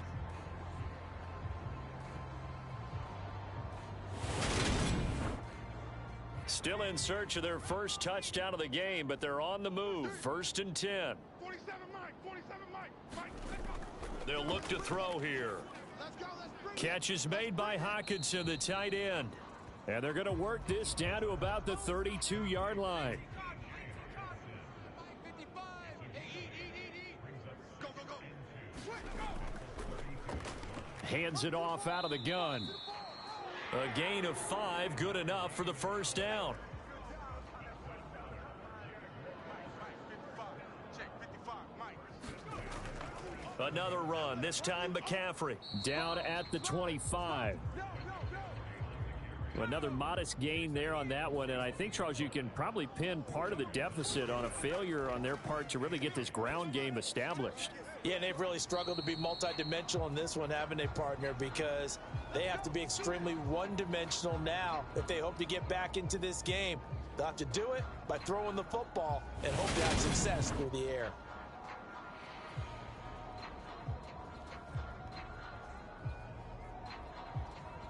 From the 13 now, they work on 1st and 10. Tight ends Ringo. Tight ends on the Ringo. Tight ends on the Ringo.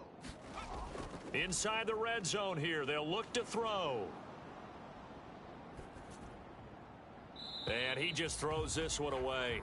Smart decision here this close to the end zone, and it brings up 2nd down. Hey, I'm coming. Watch out. Back to the ground attack here. It's McCaffrey. And he'll fight his way down right around the 12. It looks like a nickel set now for the Browns on 3rd down. Hey. Now back to throw. Firing quickly here, and that's complete. 2 yards on the pickup there. And it'll be 4th down. Rosa's kick is good. And they're on the board at least here. It's now 17-3.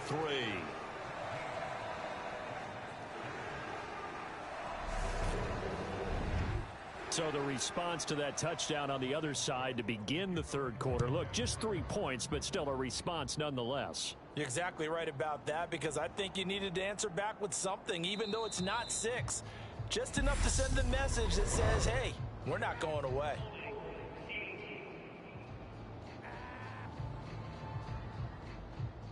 So already not the best of kick returns there, but that penalty, that adds insult to injury and backs him up even closer to the goal line. Yeah, not ideal field position to begin a drive, is it? Because the extra pressure now goes on the offense. They've got to get some early yards and get away from the shadow of their own goalposts. What every offense wants to do in this situation, get 2 first downs to help out with field position at the least. And he's taken down, but not before he gets this across the 25-yard line. 86 yards for him on the ground now, as he has been terrific here this afternoon.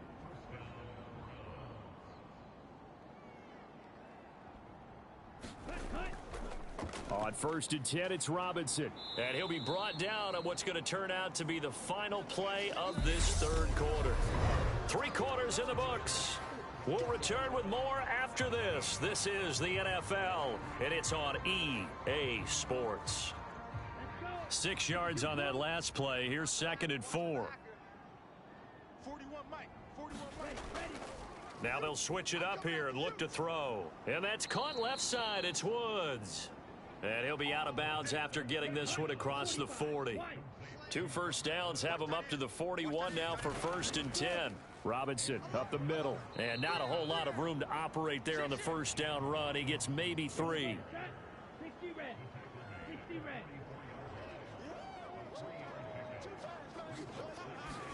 Here's a 2nd and 7. Jaguar pressure and a Jaguar sack. Call it a loss of 5, a big sack to bring up 3rd down. This is a little hard for me to compute because I'm watching sack after sack happen, but somehow they're still behind in the game. I would expect all of this defensive pressure to translate to them taking a lead, and thus far, it hasn't happened. Time's winding down. They don't want to waste this type of performance from these ace pass rushers.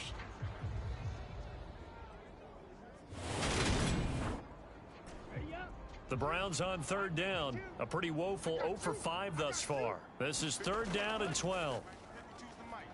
Now a leaping catch. He's got it. And he'll be out of bounds just shy of the 40.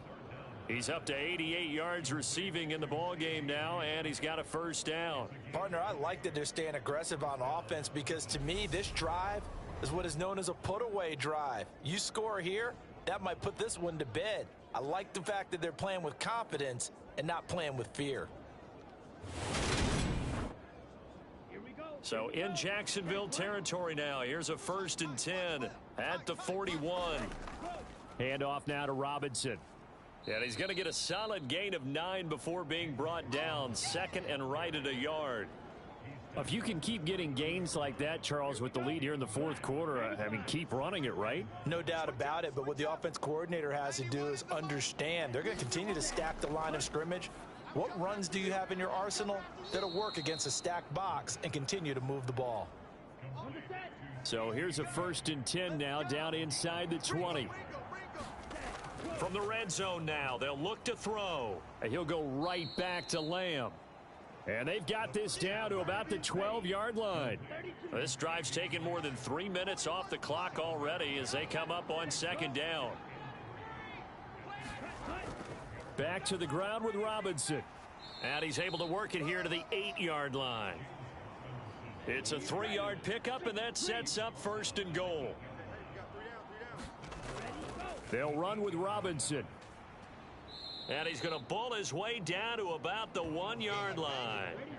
2 of their 3 red zone trips so far they've come up empty on. They'll look to reverse that trend on 2nd and goal. Robinson. Oh, he's going absolutely nowhere as he is hit behind the line. Nothing doing there as the 13th play of the drive proves to be unlucky. Well, that was one of the few times they've been able to contain him thus far. He's over 100 yards for the game, but he lost a bit off his total on that carry.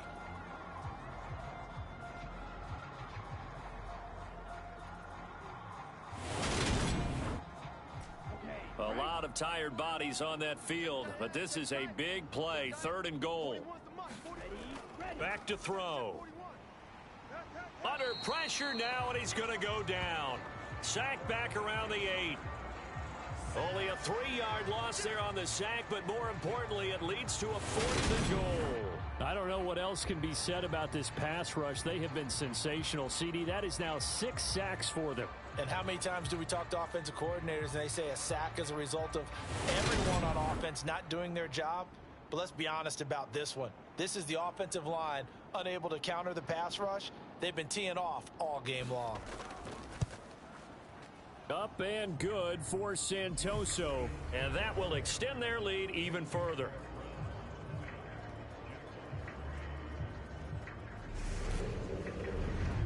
Well, I don't know if they would have gone for it on 4th and goal anyway, but the sack on 3rd down pretty much made their mind up for them. You're exactly right about that. And this is a tough place on the field to take a sack because, as you just noted, it took the decision-making away from them. Now they have to go for a field goal instead of potentially going for it. The Jaguars offense now heads back onto the field. Their mini 2-game win streak appears it might be going by the wayside unless they can pull a rabbit out of their hat.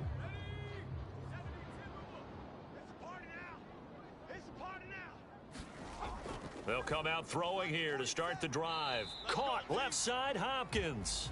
And brought down, but not before reaching the 45-yard line. 16 yards that time on the pickup for the Jags and a 1st down. You cannot write these guys off just yet, not with a quarterback like that under center. You mean it actually crossed your mind with him running the team that you could actually maybe write this game off? Not yet. Not a chance. Not with him. We've seen it too many times. The big play to start him out has him at the 45 already. He'll look to throw. Going right back to DeAndre Hopkins. And they'll get this down to around the 47-yard line. I can't believe they let you play. 2nd and 2. He'll get this out wide here to McCaffrey. And he'll go down shy of the 40 at the 41.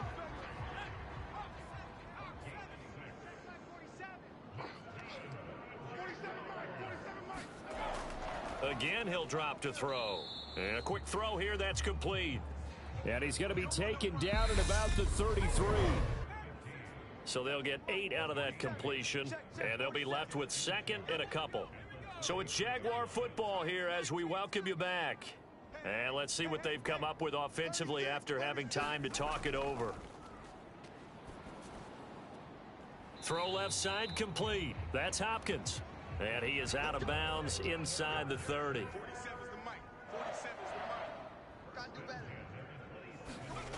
They'll stick with the passing game as he looks to throw. Throwing into traffic there, and that's complete.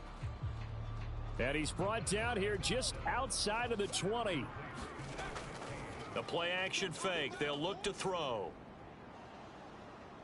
It's incomplete. Took a shot, couldn't connect.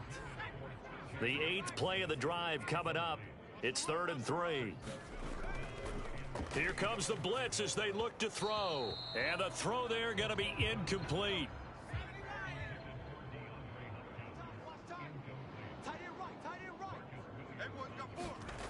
Got to try it here. He's back to throw. And he's got his man in stride. Complete. Now they got to get to the line quickly. They'll look to throw now on 1st down. Looking end zone, but it's incomplete. So now 2nd and 10 after the incompletion on 1st down. Out of the gun, they'll look to throw. And he comes back with one complete. And he takes it inside the 10 to the 8 before he's out of bounds.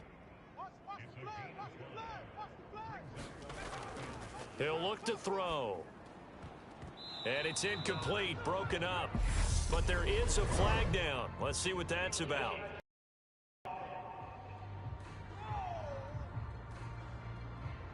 That flag accepted, and it backs the offense up a little bit.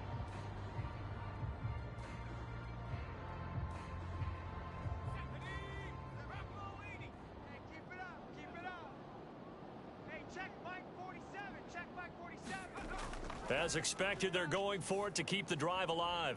Got his man. It's caught. Touchdown, Jaguars.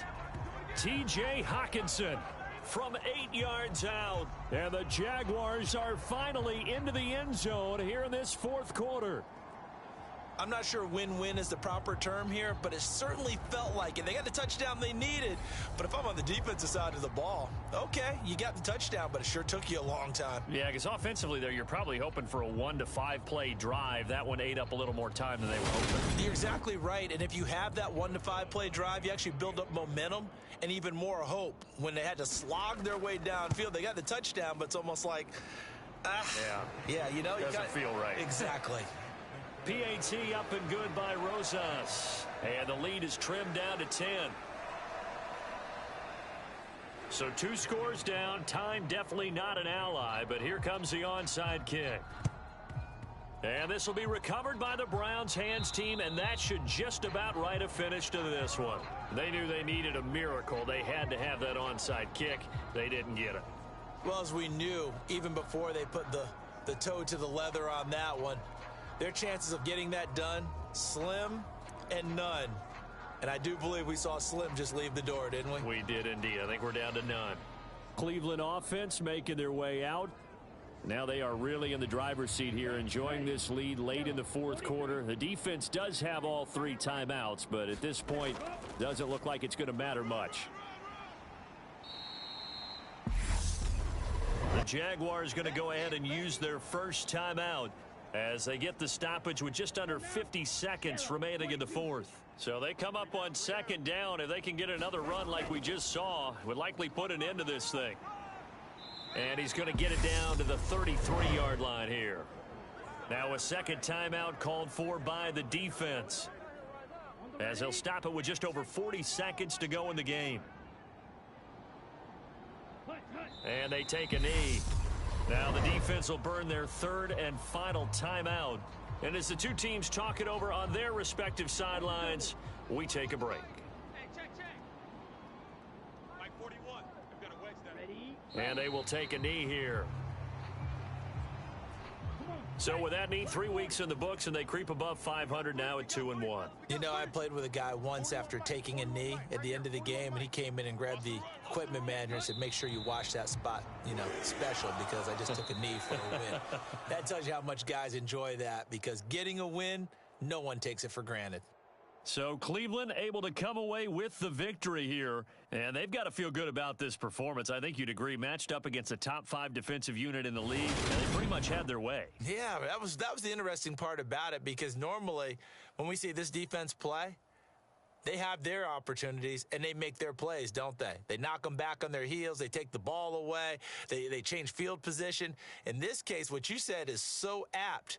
They had their way with them, took it to them, and knocked them back on their heels and surprised the heck out of them. So for Cleveland, it's back-to-back victories now after the Week 1 defeat as they move to 2-1. And they'll return home next week to take on the Miami Dolphins. Meanwhile, for Jacksonville, they too will exit with a 2-1 record. And they'll try to get back to their winning ways next week as they head to Indianapolis to take on the Colts. That'll do it for us. I'm Brandon Gaudin alongside Charles Davis. Thanks to our entire crew as well. We'll talk to you next time. So long, everybody.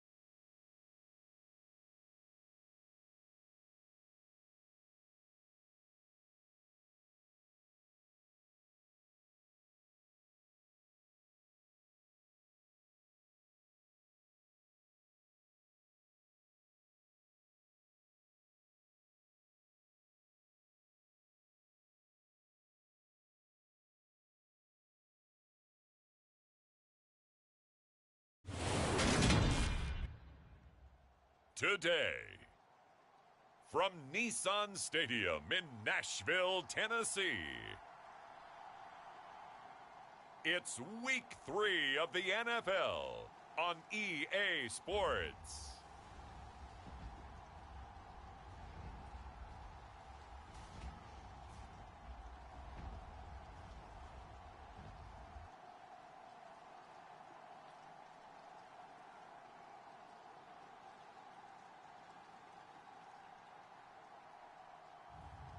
It's the Tennessee Titans taking on the Indianapolis Colts. Well, it may be a bit soggy, but that certainly hasn't deterred this fan base. A great crowd on hand to battle the raindrops at Nissan Stadium in Nashville. Today, it's Week 3, and we've got a good one in store between the Indianapolis Colts and the Tennessee Titans.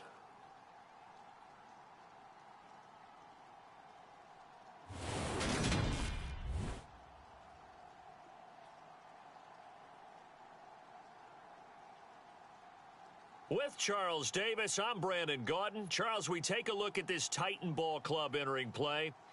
Now, losers their last time out, so they'll look to make amends here. And one of the best ways you can do that is to be at home.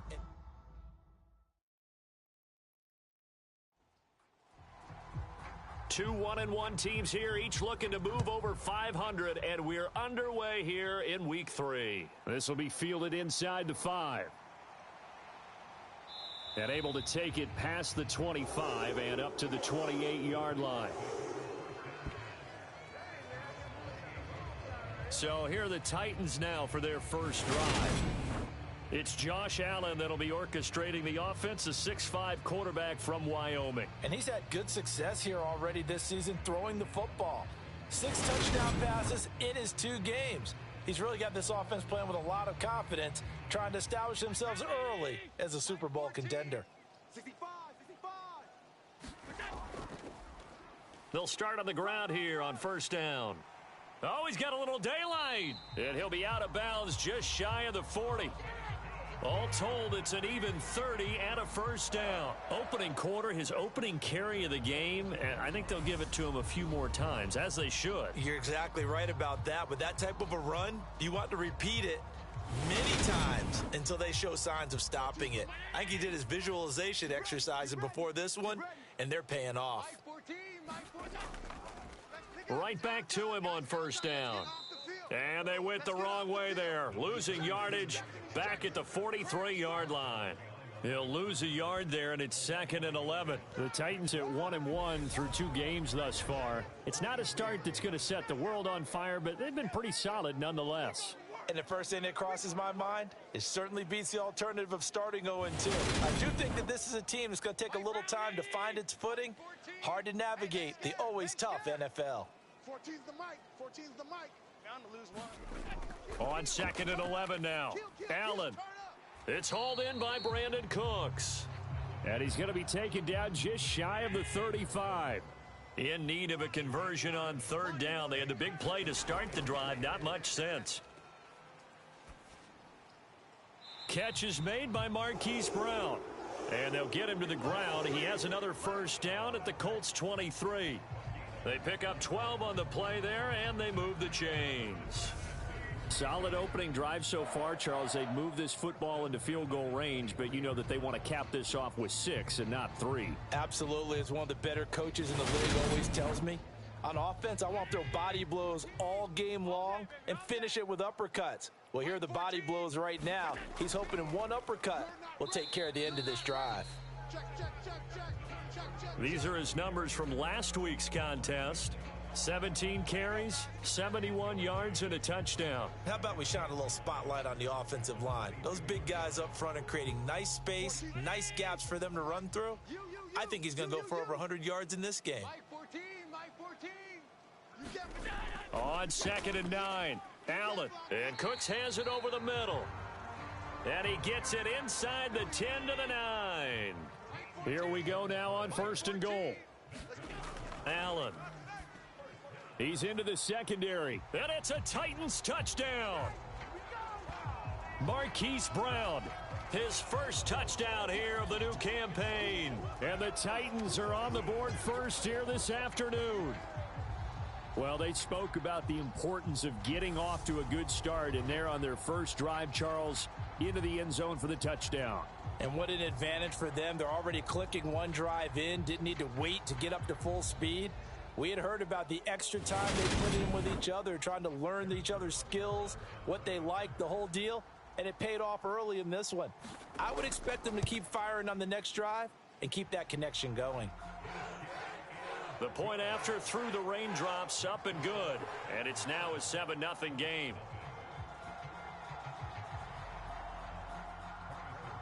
Now after the touchdown, here's Butker on to kick it away.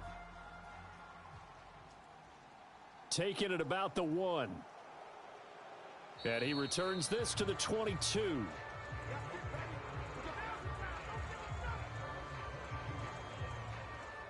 So the Colts now coming out for their opening drive. And they will be led out by their second-year quarterback. Would you say that last week's performance by him, workmanlike in terms of numbers? 1 touchdown, 1 pick, but obviously a loss. Yeah, and that's the bottom line for him. All he cares about is how do we find a way to win the game. Maybe leans on a few other parts of the offense, and hopefully springs a receiver or two free. Now a pass that's taken in by Hill, and they're able to get this one across the 35. So from the 36 now, 1st and 10. Nyheim Hines, his first carry. This will be stopped about 2 yards shy of the marker. 8-yard gain, 2nd and 2. 8 yards the tally on that first down run. Here's 2nd and 2. They stay on the ground. Again, it's Hines. It'll go down as a 2-yard loss, and it brings up a 3rd down. We all have habits. We can be somewhat predictable, and you know me pretty well on 2nd down and short. What I like to see. Play action. Yeah, without a doubt. I thought that was a great spot to call it. Instead, didn't go their way, did it? No, defense sold out for the run. Worked out well. Got an extra defensive back out there for the Titans now here for 3rd down. On play action, they'll throw. Henry's got it out on the left side. And he'll go out of bounds. It appears right at the 45. The Colts send out their punter as he's on to punt for the first time this afternoon. And did they keep it in? They did. They kept it in. It's down close to the goal line at the 1-yard line. Amazing. Perfectly placed. If that ball goes 1 extra yard, maybe not even an extra yard, the starting point is the 20. So there is a reason that a lot of punters are also excellent golfers. They know distance control. You know what else they have? Same groove motion over and over. Once they have that down, it repeats under pressure. The Titans offense set to begin the drive. They'll start this drive out on the ground. And he'll get this only up to about the 3-yard line. The last run got a couple. Here's 2nd and 8. And they'll keep leaning on the running game. Back to the ground. And he's upended at the 6 as they double their room to maneuver on a pickup of 3. That play reminded me a lot of a former teammate of mine. We used to call him the trash man. His ability to sift through traffic and make plays was uncanny. And that's exactly what you want from your Mike linebacker. And that will be incomplete. On now is the Titans punter. And no room for error here as his first punt comes from deep in his own end zone. And just a single punt for him in the loss last week as he sends this one away. Just 34 yards on the punt there, no return. And the Colts are set up well as they take over 1st and 10 on the short side of the field. Second drive coming up here for the Indianapolis Colts. Now, early on, you know, Charles, every game could be called a measuring stick game. But I think when it comes within your division like this, it's a measuring stick game with a little extra intrigue. I would agree with that totally because all division games have a little extra to them. But I like where this game is situated because at this stage of the season, it has that little extra juice. But at the same time, it's not a make or break if this were, let's say, week 15, 16, somewhere in that neighborhood. Oh, my goodness. Was that a defensive back that got to him with the pressure? Oh, look at the former defensive back. You're all smiles up here. I hope everybody can hear my smile on that play. It's just me and They'll look to throw. Escaping the pressure right. He'll check this down to Hines. And the tackle going to be made at the 38. In search of 4 yards here to pick up the first down. They're going to look to throw. And that is incomplete. 4th down now as the Titans defense holds up in coverage.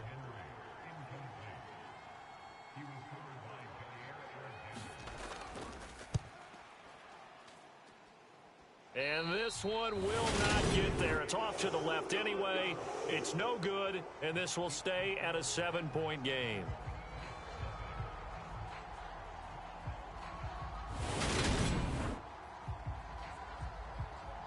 And here comes Tennessee as they get set to take the field. They've got a 7-0 lead in the football as well as they start out 1st and 10. Yeah, 55 yards is anything but a gimme. You've got to really concentrate on your leg swing and proper technique. This time, though, he's unable to convert. Here's Allen. This is caught. It's Cooks. And he'll go down, but not before getting this inside the 30. A really nice gain of 25 yards. And, partner, they're locked in man coverage out left, and they end up running a crossing route. Rounded it a little bit more than a slant.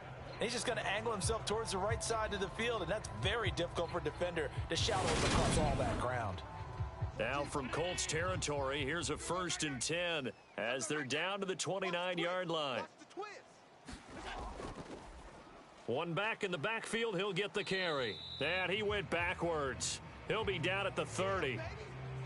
Officially, it's a 1-yard loss. That's going to bring up 2nd and 11. When coaches stress their defense being physical, they don't just mean the big guys. How about the guys on the outside, the cornerbacks? It's not just their job to patrol the airspace. They can get involved in the run game as well.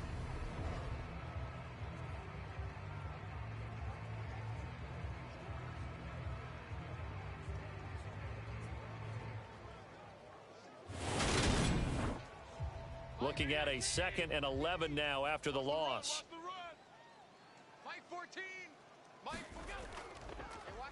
And they'll give him another shot here on the ground. About 3 yards there to the 27.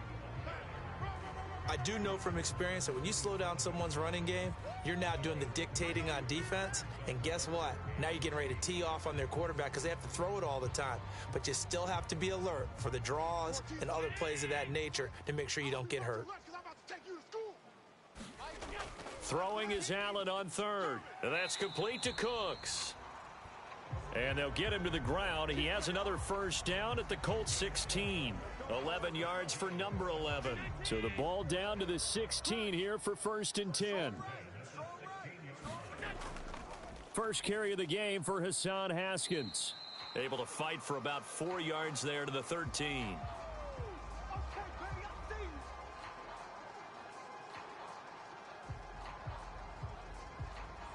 After one, 7-0 on EA Sports.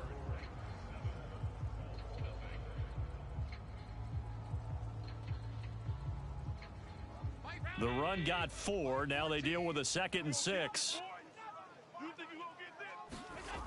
Throwing now is Allen. Over the middle here to Brown.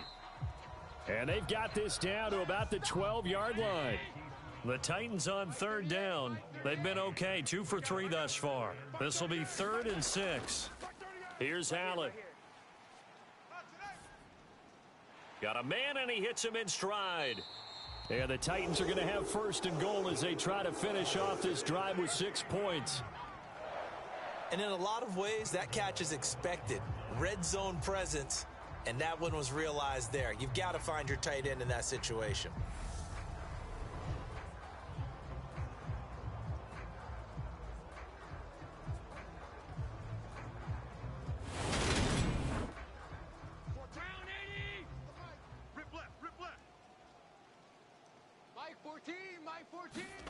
Working out of the shotgun. Here's Allen.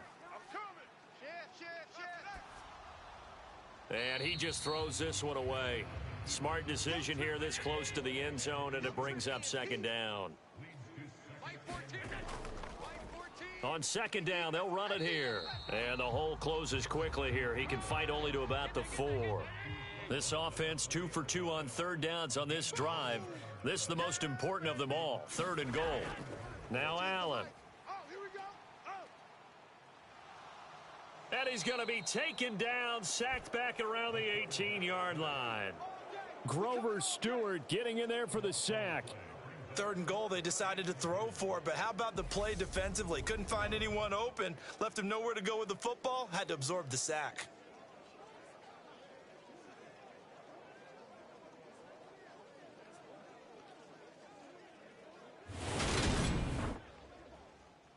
Now Harrison Butker for the field goal try. This just a 35-yard attempt from the left hash. Butker's kick here is good. And that will extend their lead even further.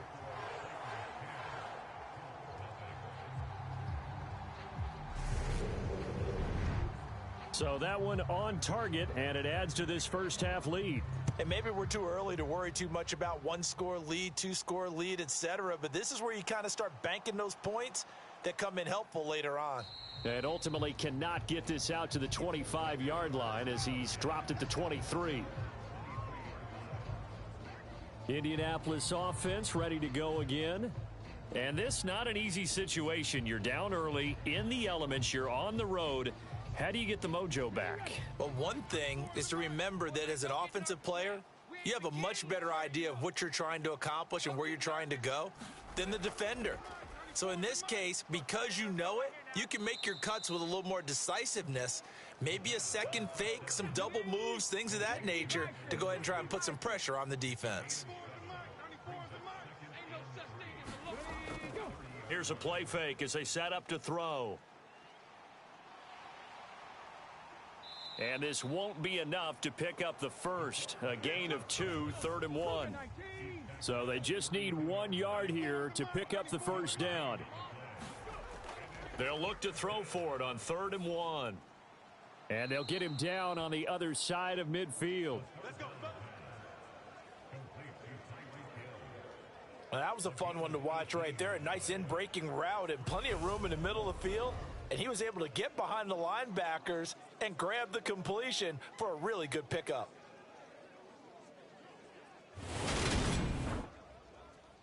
This offense finding its legs now. Here's another 1st and 10.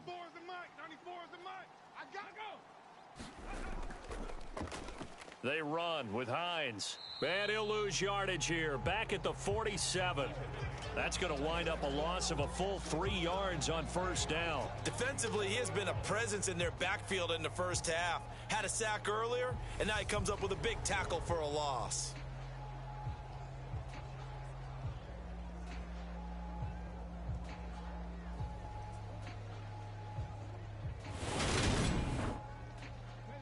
After the loss, they'll come up 2nd and 13. They'll set up a throw. Quick hitter here, it's complete. And they're able to work this across midfield to the 48. And they'll need the 39 here for a first. This is 3rd down. They'll set up to throw. Into a double team, and it's intercepted. There he goes left side. And he will take this one home. It's a touchdown. An excellent play there, CD, on the pick six. And I think were they a nickel? Did they have an extra DB out there? Yeah, Brandon, I think they were in standard nickel, not the Buffalo, as teams like to call it, meaning 3 safeties for big nickel. They just wanted to take away the quarterback's throwing lanes, and that's exactly what they did and came through with a big-time pick six.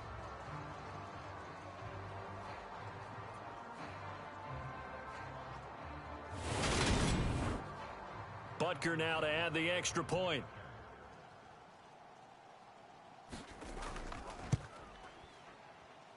He's got it, and it's 17-0.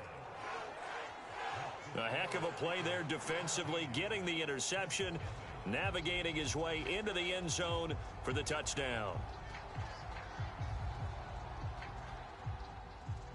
So they'll get another shot on offense following that pick six, and now the kick is away. This fielded right at the goal line. And he'll be stopped up at the 25.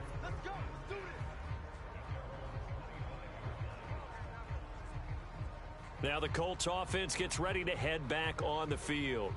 It hasn't gone particularly well for them. That's obvious. In these conditions, no points so far. They've got to get that offense on track. The question, how do they do it? It is the age-old question, isn't it? And to me, finding a way to make sure your playmakers touch the ball without it being too exotic. Meaning you don't have to go deep down the field.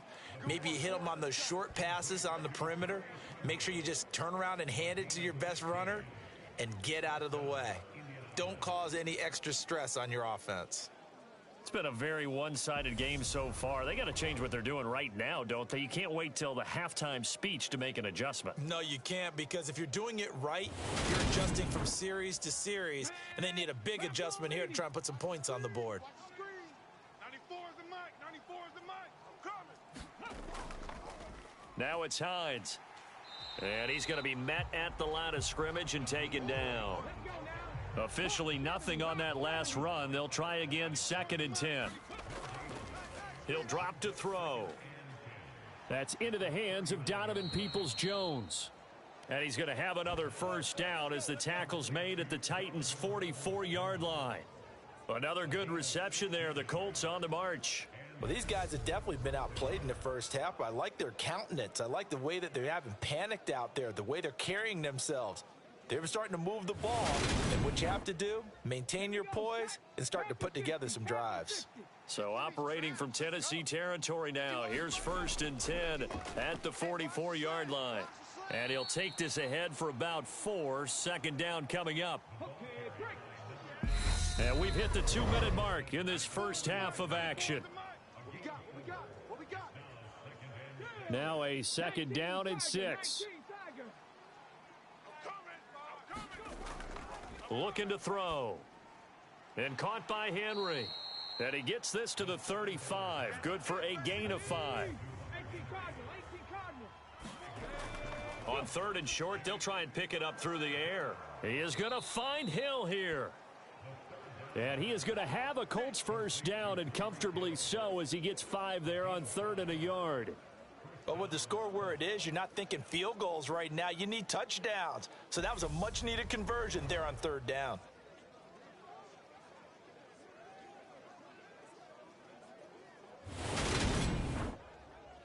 So 1st and 10 now from the 30. Back to throw here. He'll get it once more into the hands of Hill. And he's brought down inside the 20 at the 18-yard line. I tell you what, it looks like he's shaking off that pick 6 just fine. It's not just defensive backs that have to have short memories. Quarterbacks utilize that as well. A much more confident throw right there. So from inside the 20, here's 1st and 10 at the 18.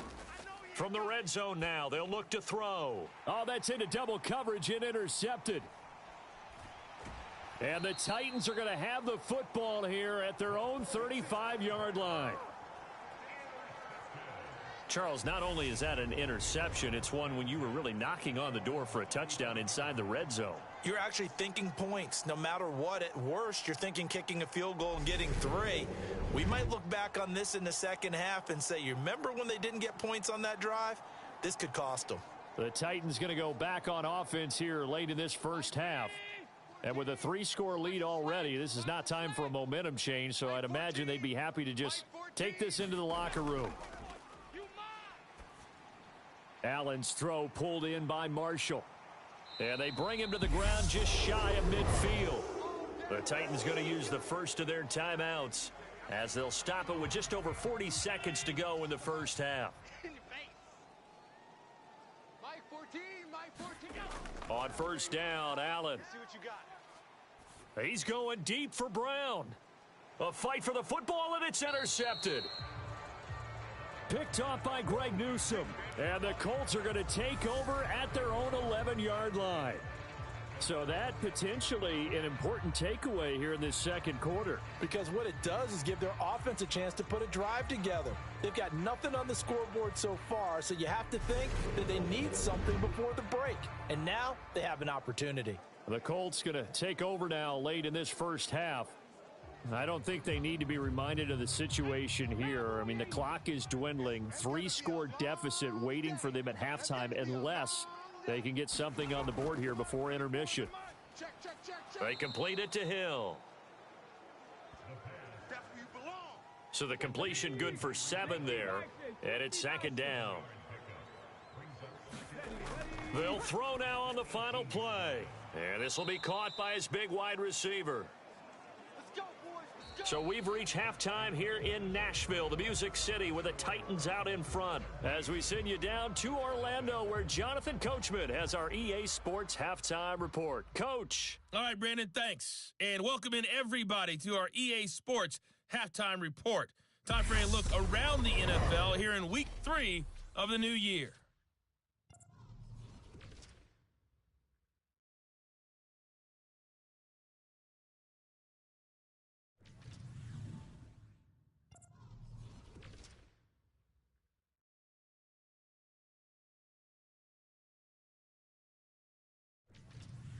Lastly, let's check on one final game for you.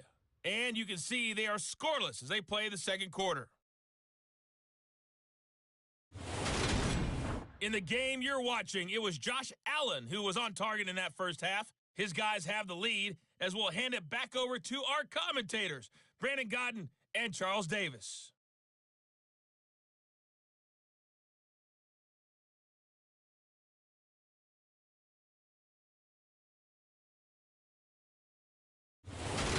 All right, Coach, thanks very much. Fine work as always as we welcome you back for quarter number 3. Forecast calling for more of the same. The rain set to continue as we are underway in the second half. And we will not see a return to start the half as this will be a touchback. But the Colts ready to go to work to start the third quarter.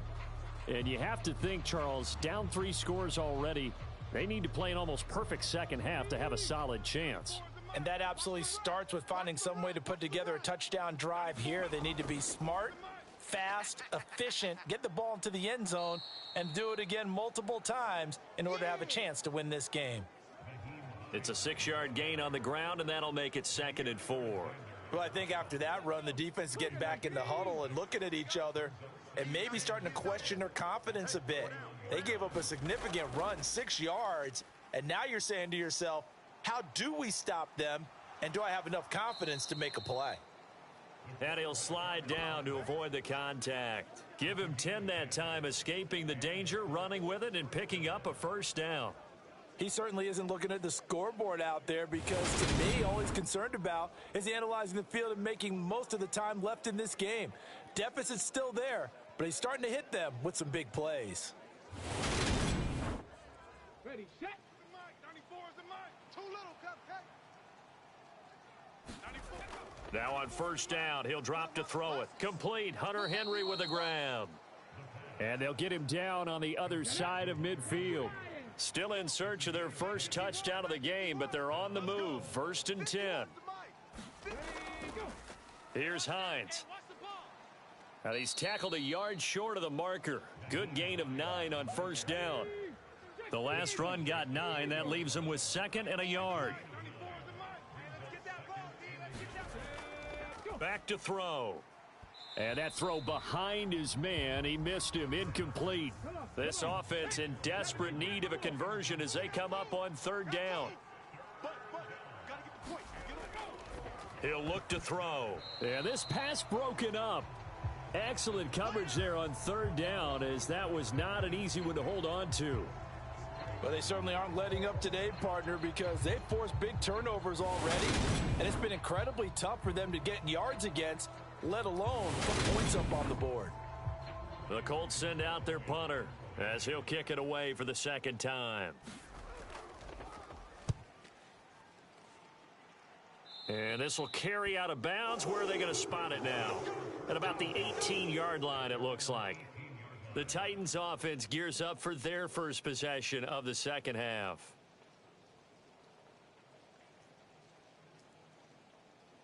Check. Hey, we got 4. We got 4 down. They'll start on the ground here on first down. Gets past one man. 44 yards rushing for him now in the ball game. Mike 14. Tight down. There you go. 14. Play action. Now it's Allen. Nowhere to go here. He lost the football. And the Colts pick it up. And his guys are going to take over at the 21-yard line. The pocket collapsed around him. I know we talk about it a lot, but a QB has to have that sixth sense, doesn't he? He really does, and I know of one team at one point was training their quarterback with that time frame, and anytime he didn't get rid of the ball within the right amount of time, they would blow a horn or blow a whistle to show him this is what that time is, just what you're talking about, training him to understand this is the amount you have, make sure the ball's gone. Didn't happen in this case. They go play action here on first down. And that is caught. Touchdown, Indianapolis. Donovan Peoples-Jones from 21 yards away. And the Colts are able to capitalize on the forced fumble by turning it into 6 points. That's a score you felt they had to have here in the third quarter to get back in this game. And you know that there was an emphasis on their side. Hey, we know this. We know where we are. But sometimes that binds you up so much that you try too hard and you don't get the score. A perfect combination of urgency, yet relaxed enough to get it done. Extra point splits the uprights, and that'll cut the lead to 17-7. Well, they got the ball in great field position. One play later, boom, end zone. So the lead back down to 10 as things get a little more interesting, and the kick is away. Taken in at the 3. And good starting field position. He'll get this one all the way up to about the 35-yard line. Here's Tennessee ready to begin this drive offensively. This now a 10-point game, so things tightening a little bit after that last score. Good starting field position for them as they come up 1st and 10 at their 35-yard line. They'll start this drive out on the ground. And the result here, a pickup of 8. Leaves them with 2 to go on second down. And there we saw one of the downsides of blitzing during a rundown, because sometimes you get out of your gaps. You don't fit the run quite as well because you're headed towards the ball carrier with abandon. On play action, Allen. He's letting it fly for Cooks.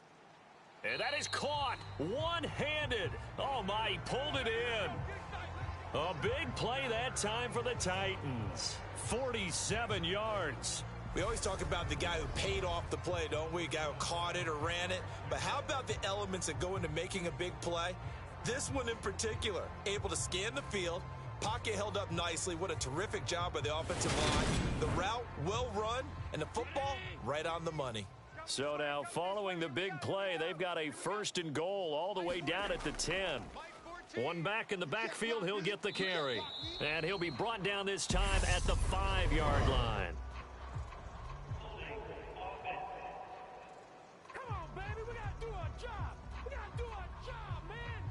Yeah, so they get that one, Charles, on the right tackle. Yeah, oftentimes at that spot, you're trying to work against a defender, trying to set the edge in the running game, and you're trying to drive around and get your body twisted so that he can't get there. Sometimes your hands get too involved. And he just throws this one away. Smart decision here this close to the end zone, and it brings up second down. Throwing on 2nd and 14. Allen firing quickly here, and that's complete. And he is out of bounds, getting it down to the 10. Short completion, just 4 yards. And that brings up 3rd and a full 10 yards. Allen now looks to throw. And it's caught in the end zone. Touchdown, Tennessee. Hollywood Marquise Brown with 2 touchdowns on the season, both in this game. And his guys now an extra point away from taking a 3-score lead.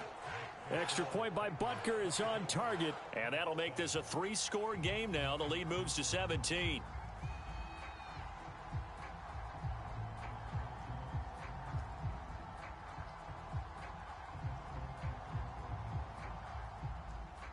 Now after the touchdown, here's Butker on to kick it away. And he'll elect not to return this one, so they'll bring it out to the 25 on the touchback. And now Indianapolis set to take the field. A strong showing their last time out. They scored the touchdown, but Charles, they look up and they're still down double digits, so you feel like just to keep pace, this drive probably needs to end in the end zone as well. Yeah, and I think the best move for them is to not worry about how far they are down on the scoreboard, but to just remember the last drive and how it ended. Go ahead and try and repeat that. Then you can look at the scoreboard and see where this game is. Maybe a good spot to take a shot. Here's 2nd and a yard from the 34. This is Hines. Looking for a seam, but finding none. He'll get back to the line of scrimmage, and that's it. Not enough.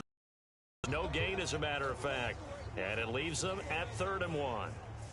This offense in desperate need of a conversion as they come up on 3rd down. Off the play fake, he'll look to throw. Nowhere to go here. He lost the football. It's picked up by the Titans, and they are going to bring this one back. A fumble return touchdown for the Titans.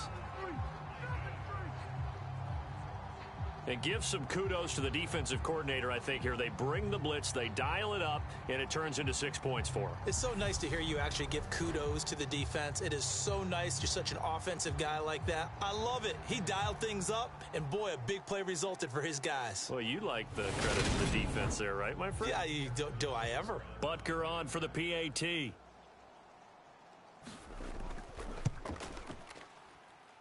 And the lead is now 24.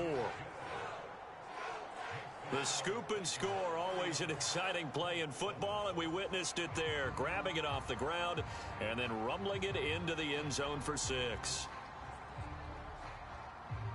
And you can bet they're preaching 2 hands on the ball here as the kick's away following that fumble return.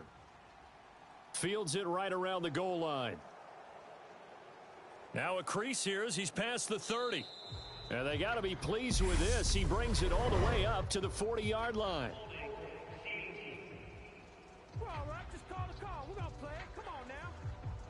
So holding will scratch off some of that return. And I know fans get frustrated when they see penalties of this sort on kick returns, but it is difficult to do it right against these moving targets at full speed. Hard to do. Yeah, boy, this defense again really making things tough on him as they stop him for no gain. 2nd and 10 coming up here in Nashville. 3rd quarter action. They run again with Hines. And he'll work his way across the 30 to the 32. They'll come to the line, needing only 2 yards to gain the first here. On 3rd down, Hines. He's not going to get there. That won't even be close. It was blown up in the backfield. A loss of a yard, and it brings up 4th. This defense is just flat getting after it. They have not given up much of anything in the run game. Case in point right there.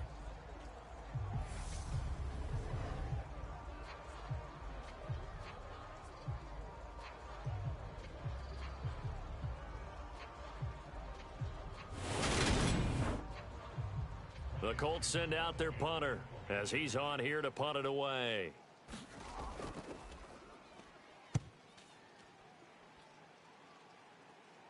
Fair catch called for and made at about the 32-yard line. It's just a 32-yard punt with no return, and it'll be Titan football.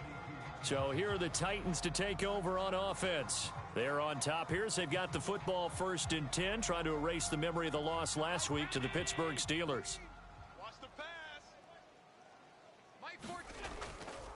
They'll start this drive out on the ground. Found a little room there as he's up to about the 37.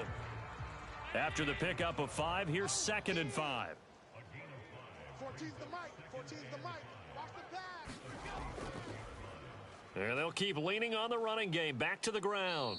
And that play is blown up, losing yardage back at the 35.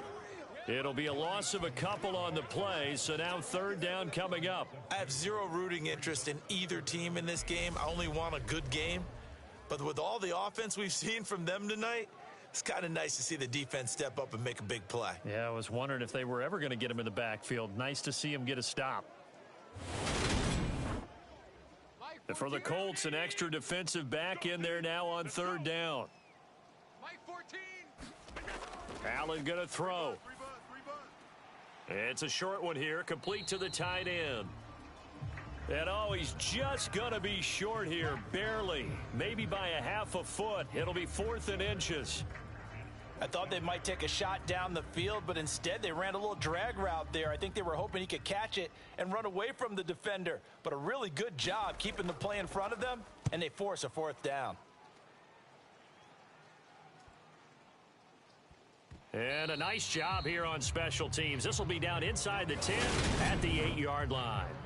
And for an offense that is struggling, this is not where you want to start from. Great punt. Fantastic punt. And for all those who wonder, what do punters do during the course of practice each and every day? The best ones do what we just saw there. Work on positioning the football and helping their team.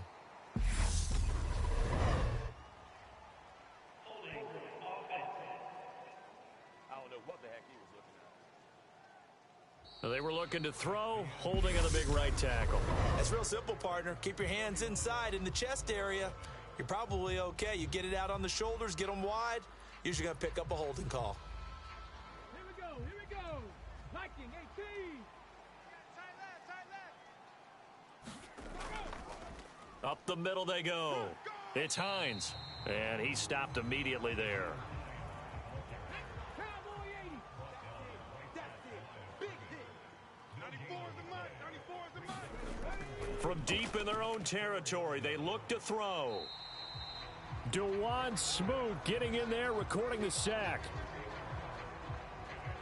But one thing I do know, these guys on defense, they don't want this game to end. They're winning by multiple touchdowns. They've shut down the opposing quarterback in a big way, and they're still picking up sacks as we approach the end of this one.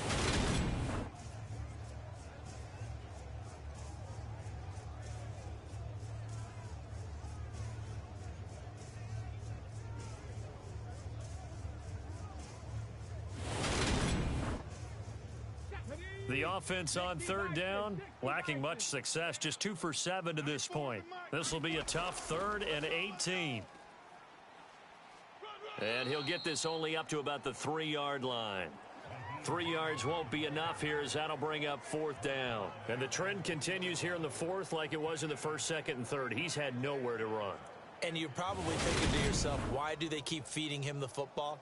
Well, they trust him first and foremost. They do believe that over time he might actually pop one of these runs. But bottom line is he takes care of the ball well for them, so they'll keep handing it to him. And he's able to get it out of there. And taken at the 46. A nice job getting free on the return for 13 yards. And the Titans are going to start this drive in great field position as they take over 1st and 10. Tennessee offense set to go again. Well, the win for them at this point seems pretty assured. I mean, still a decent amount of time left here in the 4th quarter, Charles, but you got the football. You're up 3 scores. They have to be feeling really good about where they're at. I love your observation skills, partner, because I think you saw them charge onto the field fired up about another chance to get into the end zone. Looks to me like this group is ready to crush any hope left on the opposing sideline, and they want to do it with some gusto, too.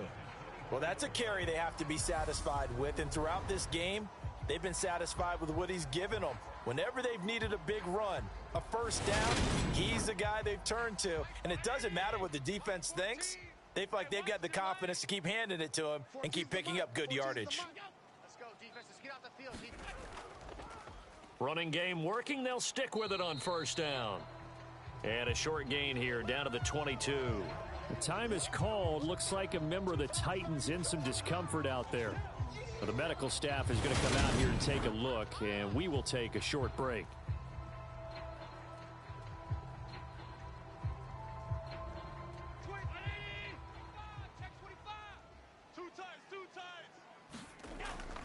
On 2nd down, here's a run from Haskins.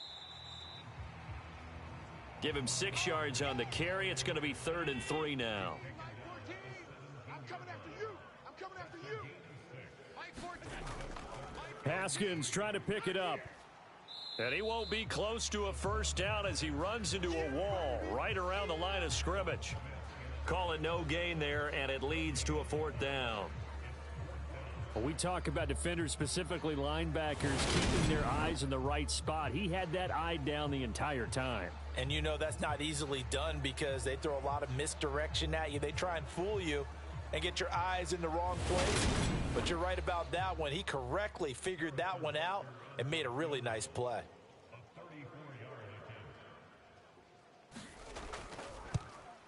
Butker's kick here is good, and that will extend their lead even further.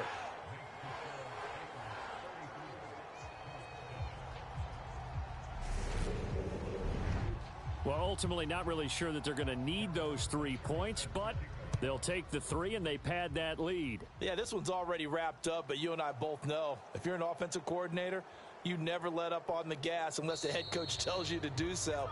And maybe you've actually clicked him off in your headset so you can keep calling plays and trying to add to this lead. The Colts getting another possession here on offense. Where we stand right now in the fourth quarter, this one pretty much out of reach. And, Charles, I know they're going to be disappointed about several things with this ball game, but the self-inflicted wounds, they've had several turnovers. You would have to think that's going to be something they're going to discuss heavily in the film session in the coming days. You're absolutely right about that, partner, because they're going to have to sit in that film room and watch every error that they made and figure out how to not do it in the future. And mentally, I think a lot of the guys are already starting to think about, okay, how do we put this behind us and get better for the next time out? This, they'll use as motivation for the rest of the time that they play to hopefully never be in this type of situation again. That one a broken play, but it ends up being a good play. The scramble goes for 20. It hasn't been the cleanest game for him, but there was a sign of improvement as he looks towards the next one. Nice bit of scrambling to move the sticks, and even more importantly, he didn't risk adding another interception to his ledger.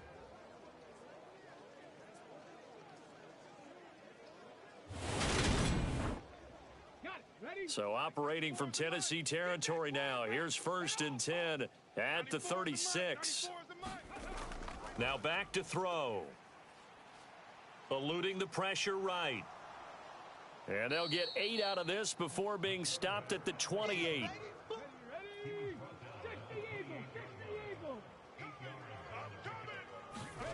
Second and 2. And this is going to be incomplete. After the incompletion, here now, 3rd and 2. They'll look to throw here. They'll try and set up the screen to Hines. And he'll lose yardage. Brought down at the 32. It'll be a loss of 4 yards on the play. And that's going to bring up a 4th down. No surprise they decided to throw on 3rd down. A little bit of a surprise that they completed the pass and lost yardage on the play.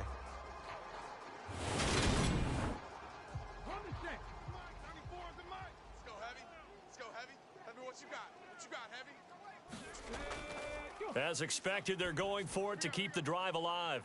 And it's intercepted at the goal line. Picked up by the USC man, Adoree Jackson. And the Titans are going to get the football here as the ball will come out to the 20. Boy, so another interception, CD, and it feels like he's starting to unravel a little bit. And as you would expect, still a work in progress here in his 2nd season.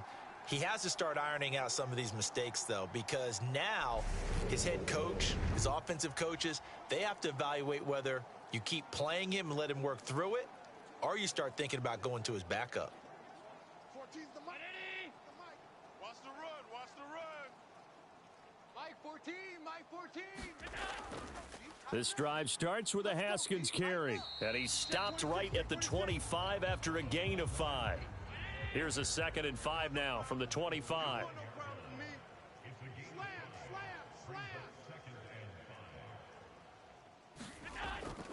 Second down, and they go back to Haskins. And he is met in his tracks behind the line of scrimmage. A loss on that play, and now 3rd down gets tougher. 3rd and 6. Sometimes you just sit back and marvel at what he can do defensively. Speed, strength, quickness, he's the whole package. And that package just wrapped up the runner for a loss. Just 2 minutes remaining here in the fourth quarter of what has been a one-sided affair. So the Titans in possession of the football here as we get you reset. They've got a 3rd down now as they look for one more 1st down to help salt this one away. And he'll get this one up to the 26. Give him a couple on the run as it brings up a 4th down. And the big fella stuffed that one up in a big way. I think doubling him has to be a priority because you can't move up to the next level if you don't take care of him first.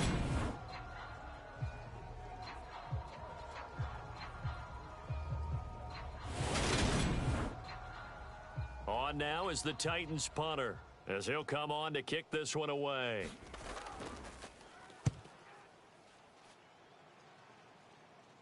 And a fair catch called for and made just inside the 35-yard line. It'll wind up just a 35-yard punt, no return. And the Colts will go on offense here, 1st and 10. Here comes the Indianapolis offense now as they get set to take over. We said it at halftime that they would need a nearly perfect second half to erase that deficit that they were facing, CD. But unfortunately, the second half has pretty much been a carbon copy of the first. Yeah, that early lead was almost insurmountable the way their opponent was playing. And, partner, they do have some good news, though. This one is getting close to being over, and they can try and hit the reset button starting tomorrow. And that's going to be caught by Peoples-Jones. That one, a first down pickup of 8.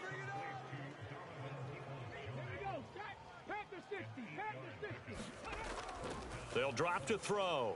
And Hill with it over the middle. The Colts going to use the first of their timeouts as they'll stop it with a little over 30 ticks to go in the football game. 94 is the mic. They'll look to throw again. And he's got him. Got his man on the end route. Complete. And he's going to have another first down as the tackle's made at the Titans' 33. 94 is the mic. 94 is the mic. And we got They'll stick with the passing game as he looks to throw. Incomplete, but a penalty flag is down in the backfield. Let's get the call.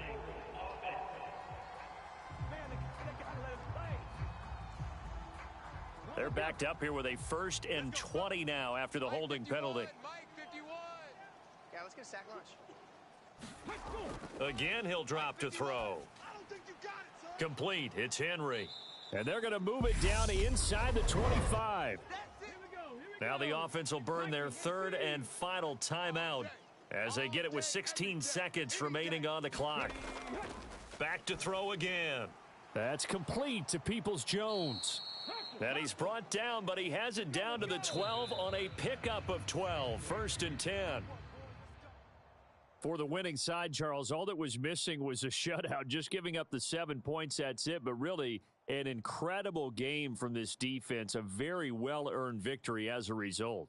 Definitely one of the best single games for defense that you and I have seen in a long time, Brandon, because all we saw was that defense making big play after big play. They got after the quarterback. They had takeaways. You name it. They outclassed them every step of the way and checked every box on the stat sheet in getting it done. So for Tennessee, they get back in the win column as they move to 2-1 now.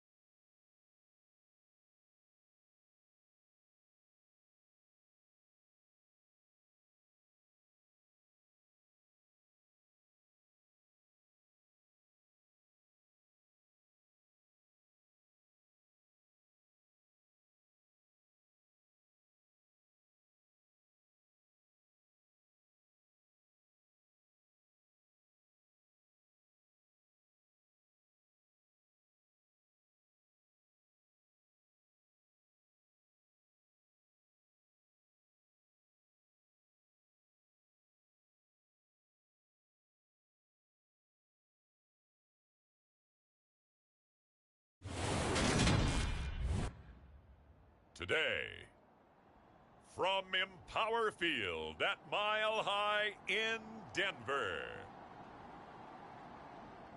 it's Week 3 of the NFL on EA Sports.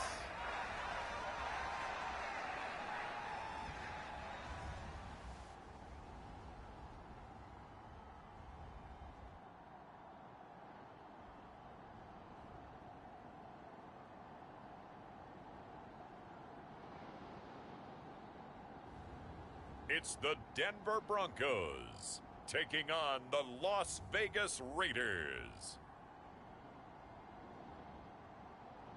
We find ourselves at the foot of the Rockies, Denver, Colorado, for this edition of the NFL on EA Sports. Today, it's week 3, and we've got a good one in store between the Las Vegas Raiders and the Denver Broncos.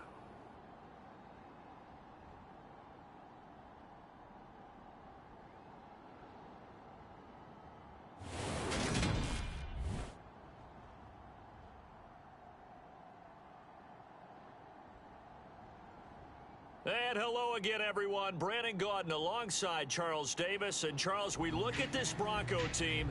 They were winners last time out, so they'll be looking, Charles, to make it 2 in a row.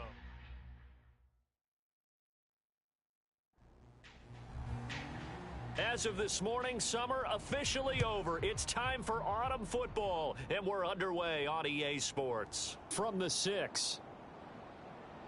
And a good return as he'll be stopped just shy of the 30-yard line. So here comes the Raiders offense now onto the field. And leading them out there, we get a look at their 6'3" quarterback.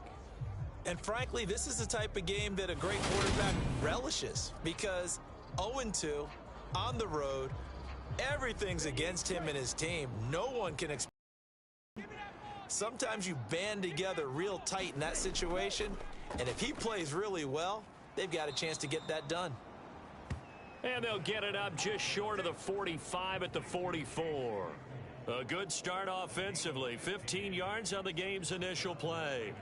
Certainly no settling into the drive there. They came right out on the first play and attacked the middle of the field for a big gainer and a first down. Took just one play to move all the way to the 44 as they try again on first down. From the shotgun, he'll look to throw. Able to locate his man Slayton on an out route. And he's out of bounds just before the midfield stripe at the 49. 2nd and 5. And he's going to have to eat this one as down he goes. The defense rising to the challenge and setting him back on the sack. One thing they definitely like about this youngster is his motor. He is full throttle on each and every snap. Loves to get after the quarterback, and that has to feel good to him right there. His first career sack.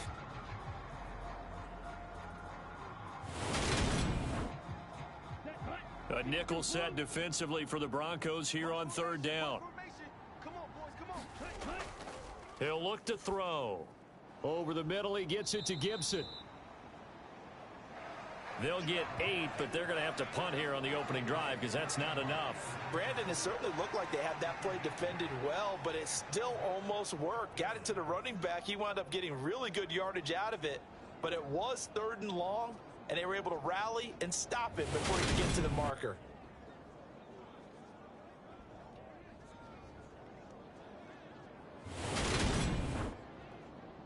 On 4th down, A.J. Cole comes on to punt. Only 2 punts for him last week in the loss as he gets this one away. Oh, and what a play on special teams here. This is going to be down inside the 5, all the way down at the 2-yard line. And he's got to be fired up about that effort. I don't think he could have walked down and placed it any better than where he ended up putting the football. That was excellent. So here are the Broncos backed up to start their initial drive. They'll be led out by the #1 overall pick in the 2019 draft from Oklahoma. It's Kyler Murray. So this is where we find out about the game plan and the trust factor, don't we? In this situation, the natural thing is take care of the ball. Run it inside. Everyone cover it. Just, get yourself some room and let your punter punt it out of there. But when you really got a QB you can trust, you might want to take a little shot early and try and create some space. And he'll go out of bounds after getting this across the 15. The escapability in evidence there as that one good for 15 and a first. Give him a little extra credit there. His head was cool as the play broke down. Didn't force a throw, and in the end, got to show off his athleticism with a nice gain to bring up a new set of downs. So a little breathing room now. 1st and 10 at the 17. Like 50 To throw is Murray. And this will be incomplete. Physical play on the football there, and it's second down. The Broncos at 1-1 through 2 games thus far. And they were winners their last time out, so they'll be looking to make it 2 in a row. And so much about football, partner, comes down to mindset. Being in the right frame of mind, and the best way to get in that good frame of mind, winning. So they come in feeling good. They've got the home crowd behind them. And I think they're going to be tough to beat in this one. To throw, it's Murray. And this a leaping effort, but it's knocked away and incomplete.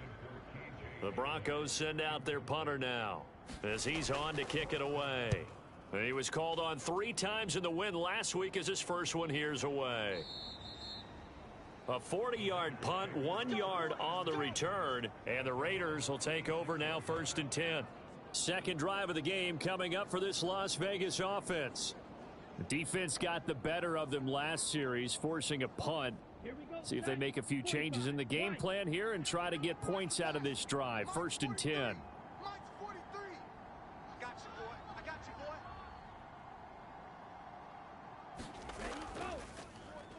boy. Here's Gibson to start the drive. And nothing doing. He's immediately taken down at the line of scrimmage. So after the run for no gain, here's 2nd and 10. They'll go again with Gibson. And he's dropped right at the 40. Gain of 3.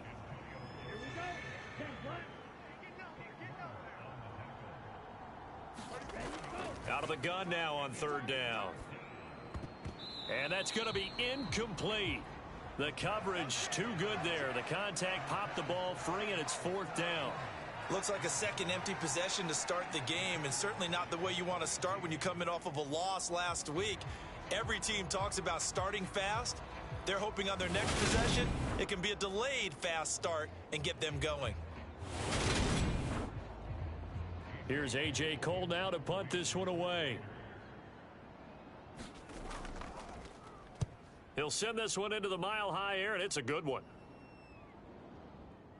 And good hustle here as this is going to be blown dead right at the 9-yard line. Well, someone's going to be happy with that effort. You know who else is going to be happy? His defense. Absolutely. He's created a very long field for that offense to try to traverse. And he got some help from Mr. Football there, checking up nicely. Good English on that punt. They're coming out with a jumbo package to start the drive. Big series right here, so we got to step it up. 97's the mic, 97. Here's Murray as he sets to throw it. Here we go. Man open. He's got it complete to Cortland Sutton. And brought down, but not before they're able to get it up to the 25. That play going for 16 yards to start the drive. 1st down.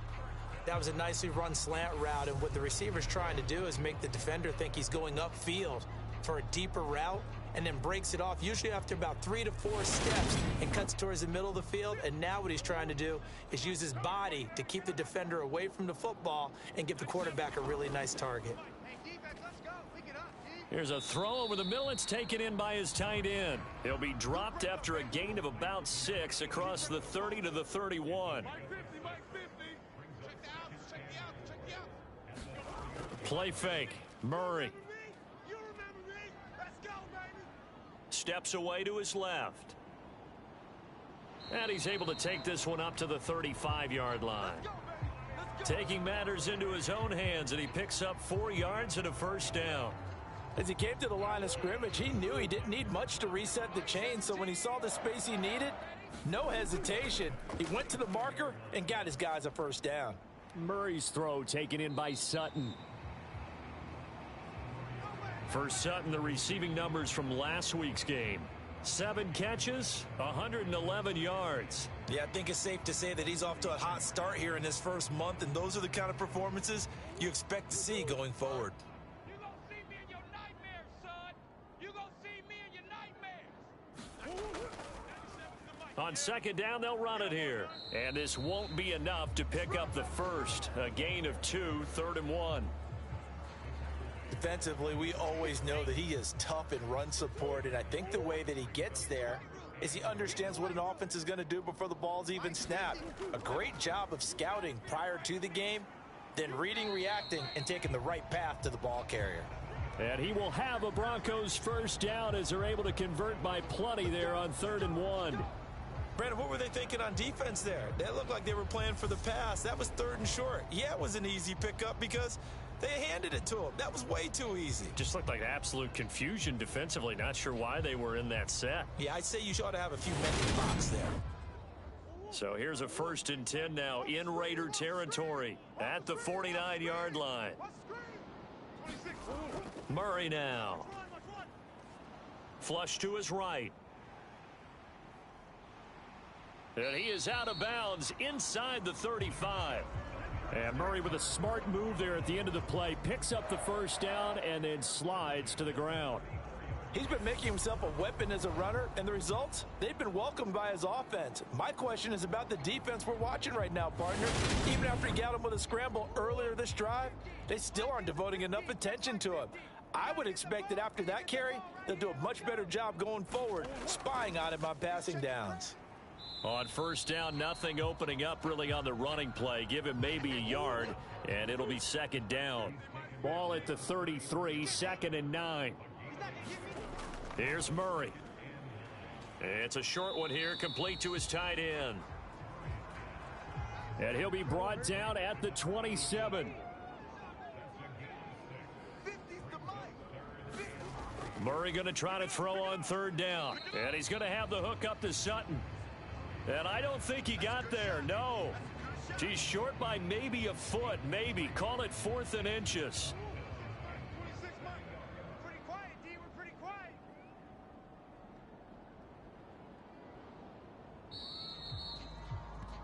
We're scoreless after 1. Second quarter about to begin from Denver. It's the Broncos in possession of the football. And the first play will be a field goal try. Kicking into a headwind here in the second quarter. And his kick is right there. It's good. And the Broncos, the first to grace the scoreboard. It's 3-zip.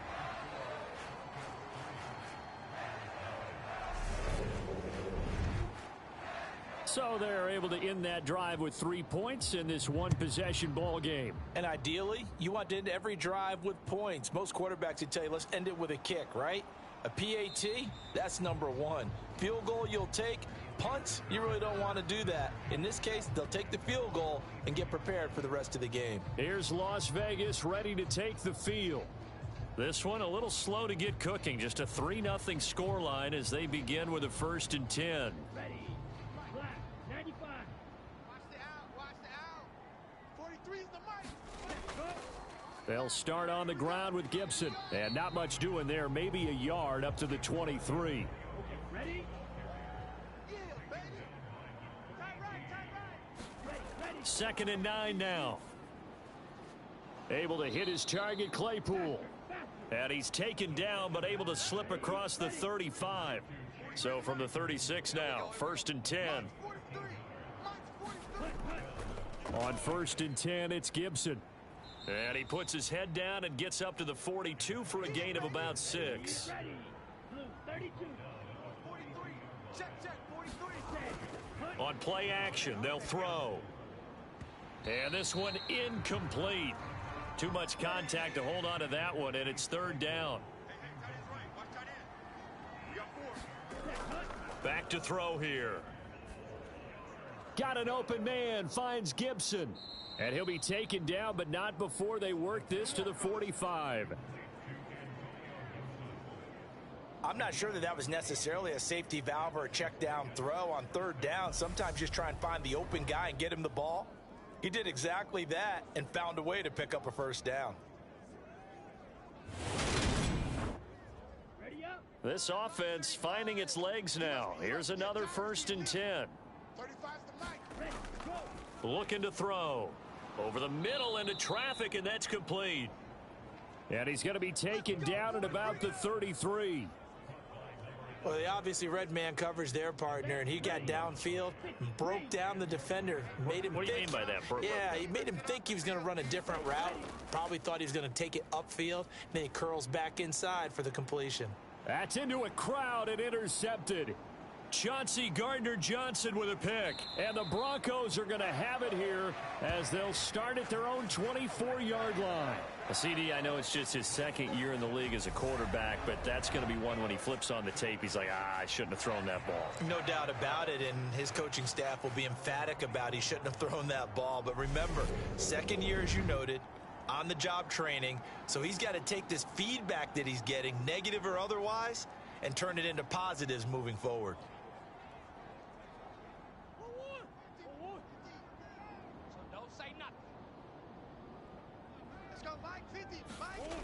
After the turnover, here's Murray. And a quick throw here, that's complete. They'll wind up getting 7 on the play, and that's going to bring up second down.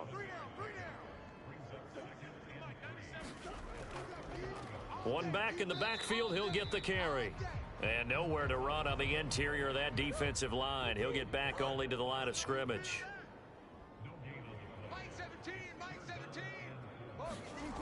Now Murray. It's a short one here, complete to the tight end. And he will have a Broncos first down. They needed 3. He doubled that. He got 6. That was a route run not just with dexterity, but with intelligence. Found the hole in the zone, made sure the quarterback saw him, and was able to make the sure catch and flip the down marker back to 1. So from the 36 now, 1st and 10. And they'll run on the inside handoff. And he can only manage to get a couple. 2nd and 8 coming up. The last run good for 2. Here's 2nd and 8. From the gun, they'll try to run it. Nowhere to go that time. He maybe got a yard up to the 40. The Broncos on 3rd down. They've hit 2 for 4 thus far. This will be 3rd and 6. Murray going to throw. And the Raiders have got him. Call it a loss of 4 there on the sack. And speaking of the number 4, it brings up 4th down now. And this is a quarterback who's already had success on the ground in this first half, but this time they're able to hem him in. And it's always different when you rush a mobile quarterback as opposed to a guy you know will be right back in the pocket. In this case, you got to make sure the inside pressure and the outside pressure match, and maybe even a second wave to make sure if he squirts free, you've got someone to tackle him.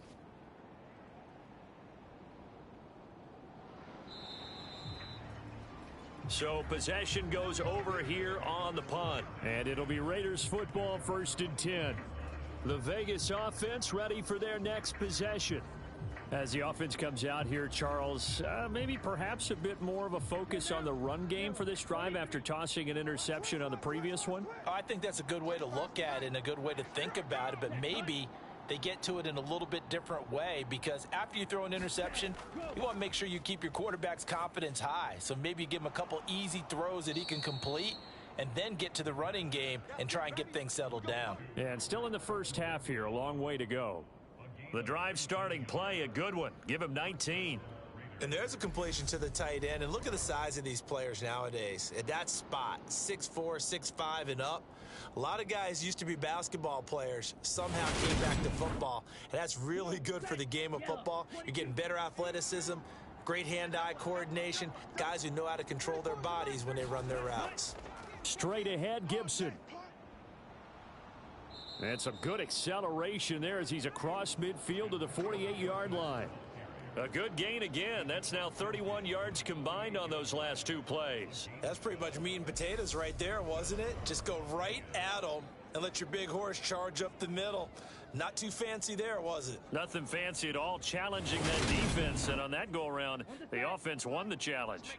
So a 1st and 10 now in Denver territory at the 48-yard line. On 1st down, right back to Gibson.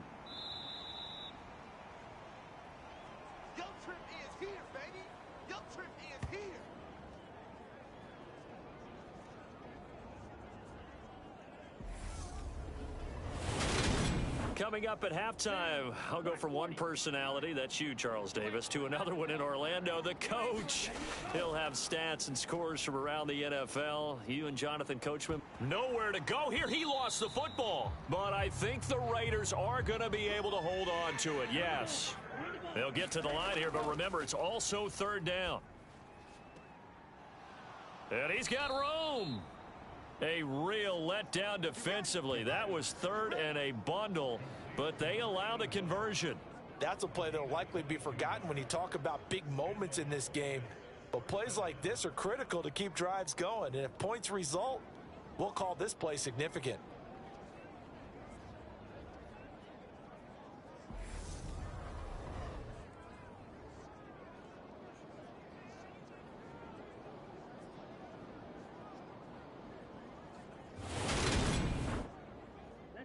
Line of scrimmage, the 37 on 1st and 10. Hey, got tight left, tight left, tight ends left. Ready, go. Alert. 35's the mic. Ready. They'll look to throw. Over the middle, that's caught by Claypool. And he'll be taken down here just shy of the 30.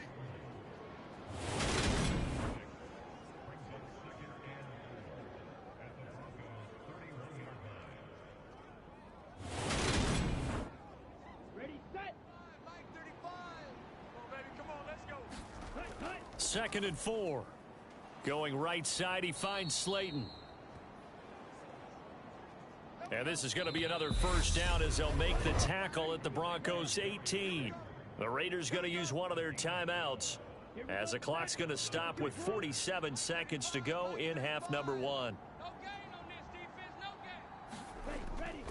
They'll look to throw now on first down.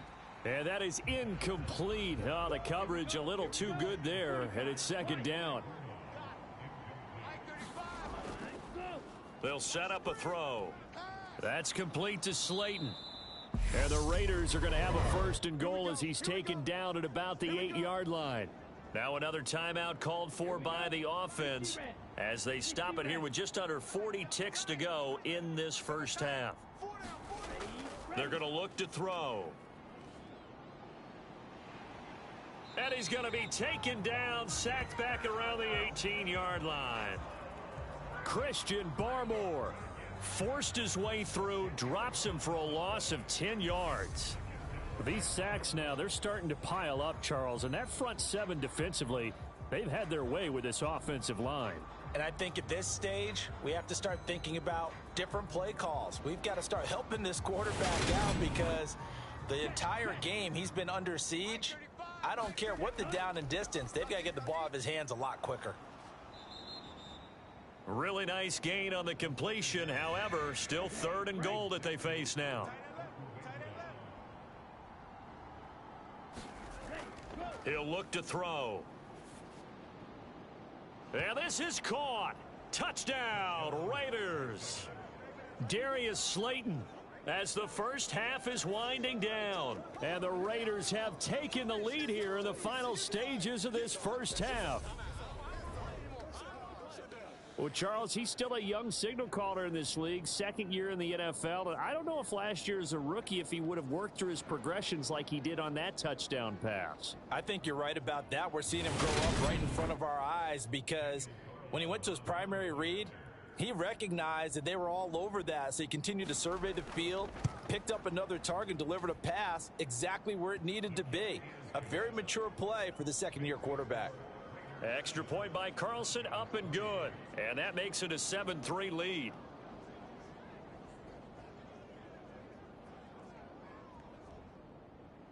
So not much time to speak of remaining in this first half as the kick's away. This one taken just inside the 10. And it's a pretty good return here as he'll get this up to the 29. The Broncos onto the field ready to start their next drive. And with only 9 seconds remaining, well, not much time, we'll see how they play this. Meanwhile, Murray's throw there complete to Hamler. And he gets this up to the 34 out of bounds there. So give them 5 yards there on the pitch and catch, and it'll be second down. Well, it's time for them to be good teammates right here, and what I mean by that is possess the ball for a little while. Get at least 2 first downs. Give their defense a chance to settle down a little bit after they give up a touchdown. Mike 17.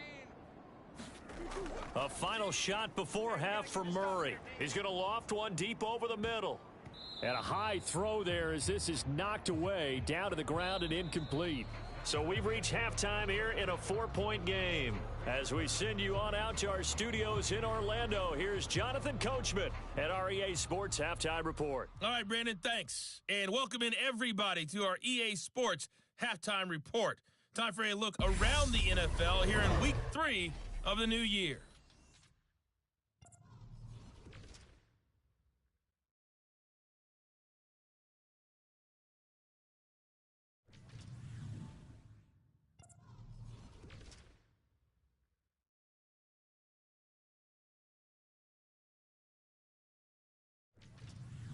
Lastly, let's check on one final game for you. And you can see they are scoreless as they play the second quarter. Meanwhile, in our game, not a lot of offense to go around. 7-3 is our score. Will we see things open up in the second half? To find out, we get it back to our guys in the booth, Brandon Godden and Charles Davis.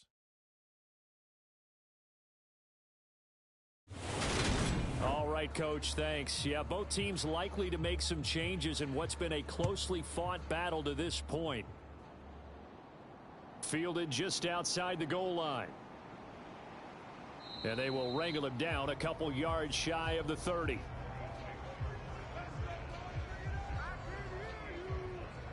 And the Bronco offense ready to begin this third quarter of play.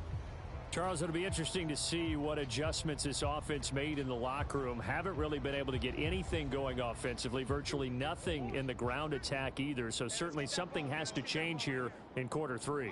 And I'm pretty sure their friends from the defensive side of the ball told them exactly that, because those guys, the stop troops, they've been playing pretty well. They've kept them around in this game. Now they've got some time. The running game struggled in the first half. Opposition knows how to focus on defending the pass here. They've got to re-energize that ground game and maybe open things up for a comeback here in this half. And he'll be taken down at the 46-yard line. That one, a first down pickup of 8.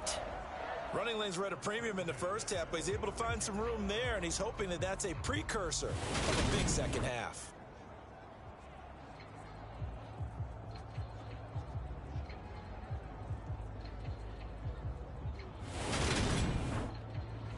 Back-to-back good plays have them on the move on first down. Let's go, tackle. Let's go. We got this. We got this. Here's Murray.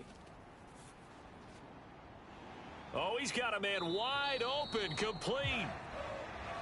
And he'll go down, but not before getting this inside the 30. He got 29 yards that time.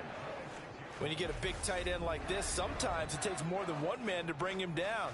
Oftentimes, your best bet, just jump on and hold on and wait for your teammates to arrive to help get him on the ground. Still in search of their first touchdown of the game, but they're on the move. 1st and 10. 97's the mic. Watch the screen. Watch the screen. Murray now to throw. Into heavy traffic, and it's intercepted.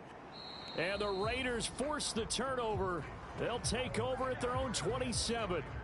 So it was a drive that had real promise here to begin the third quarter, but ultimately derailed by the INT. And that was the position you wanted to be in, coming out to start this third quarter, get a nice drive going, looking for the end zone. Possibly got a little bit too greedy right there. So here are the Raiders now to take over. They lost 2 straight coming in, but good news for them right now. They've got the lead and the football.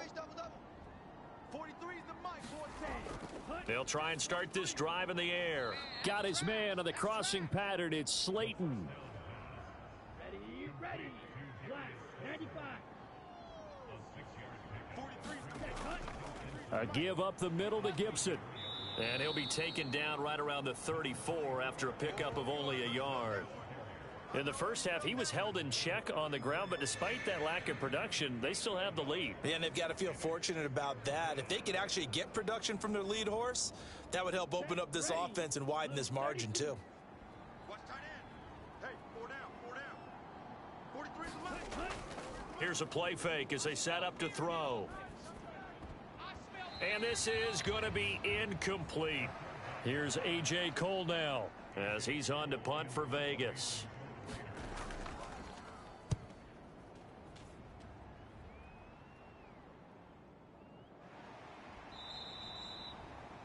This will be a 41-yard punt, 3 on the return. And the Broncos take over, first down and 10. Denver's offense ready to go again. As this offense takes the field against CD, remember last drive they were moving the football, but then they threw that costly interception, so we'll see if they can right the ship here on this drive. And doesn't that just sum up football? We see it all the time, don't we? The defense goes from losing the battle to making a huge play and stealing the momentum. So you know they're riding high right now, and they're ready to challenge this offense and that quarterback one more time. And we'll see if the offense is up for that challenge here as things start to get more interesting here in this second half. Ball on the 30. They'll come up with a 2nd and 5. Here's a handoff out of the gun. And he's brought down at the 34. Call it a gain of 4. Watch 8-9, watch 8-9, it's yours. Single.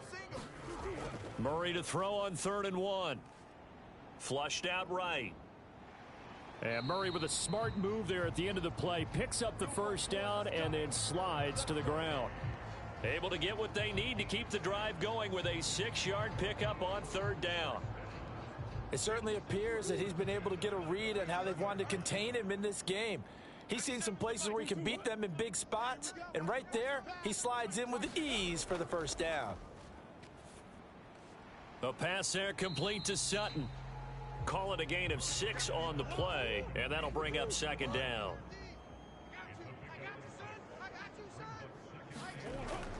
Throwing now is Murray. Now he'll dump it underneath to his running back, complete. And the Raiders call on a nickel set for 3rd down. Operating from the gun, Murray. And he'll be taken down, but not before they work this to the 45. I like the call on 3rd and 2. They were geared up to stop the run. I like the fact they just hit him quick. Little slant route. All about timing there, partner. Yeah, the timing, everything well executed. Still in search of their first touchdown of the game, but they're on the move. 1st and 10. Murray to air it out again. Quick hitter here, it's complete. And they're going to get this down near the 35-yard line. And that last throw is going to keep him climbing that all-time passing yards leaderboard as he crosses the 25,000-yard mark now for his career. He just recently passed Bart Starr. Next up for him, Bob Greasy. That's 2 Hall of Famers, 2 Super Bowl winners, multiple Super Bowl winners. So he's getting up with the legends now. Congratulations. 2 yards, good enough for a first. Not a whole lot there. The defense was ready, it looked, for that run-pass option. You get the sense that next time he has that opportunity, he may keep it himself and get to the perimeter. Probably owes his back a little bit of an apology on that one, huh? Right back to him on 1st down. And a 5-yard gain as he's down inside the 30 to the 28-yard line. Oh, that was a thing of beauty right there. Look at how quick those blockers fired off the line once the ball was snapped. That was an O-line on a mission, all in sync. And the defense is lucky that play only picked up 5 yards. From the 28, it's 2nd and 5.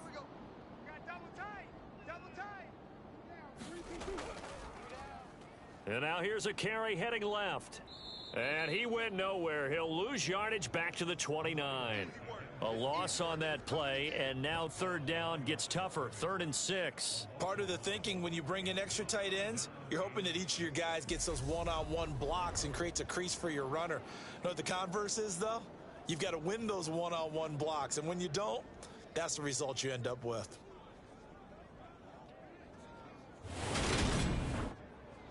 They got to get to the 23 here on 3rd.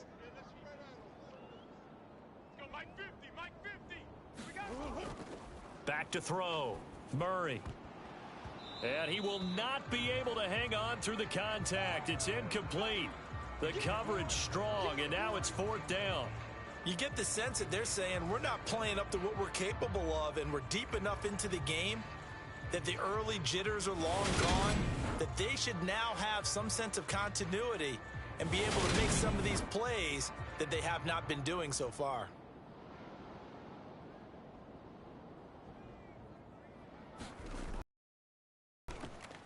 And this will split the uprights. It's right down the middle, and they'll get it back within a point at 7-6.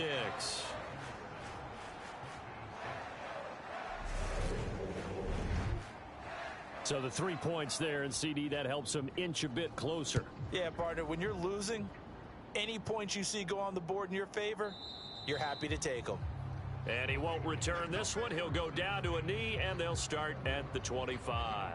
Las Vegas' offense back out there ready to go. And they've got the lead here getting late into the third quarter. And the passing game for them, it's been terrific. We've seen that, but the rushing game almost non-existent.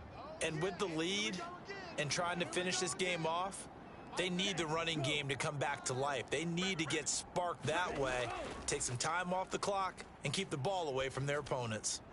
And now the drive starts for the completion out to the right. And he's going to get a good gain of 9 here up to the 34. Maybe a good spot to take a shot. Here's 2nd and a yard from the 34. A play action fake. They'll look to throw. He's going to go for a big play downfield. And that's going to be incomplete. Good effort there trying to take a shot, but it's 3rd down. 43 is the mic, boy. 43. Check, check. They'll look to throw for it on 3rd and 1. That's complete. It's Okuwebunam. And he is going to have the Raiders first down as they're able to get the 3rd down conversion.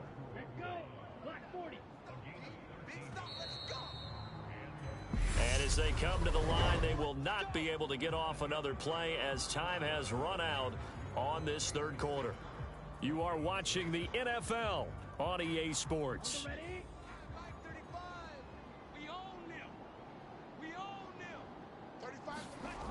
Back to throw again. Oh, now a strip. He loses the football. It's picked up by the Broncos. And he's able to get it back to right around the 27. Well, that takeaway, partner, right there, that's a combination of coaching, execution, and absolute belief. Because a lot of guys will look at the scoreboard and go, this thing's pretty well done. But they still thought to themselves, if we can make a play, we give our teammates a chance to win it. And that's exactly what they did.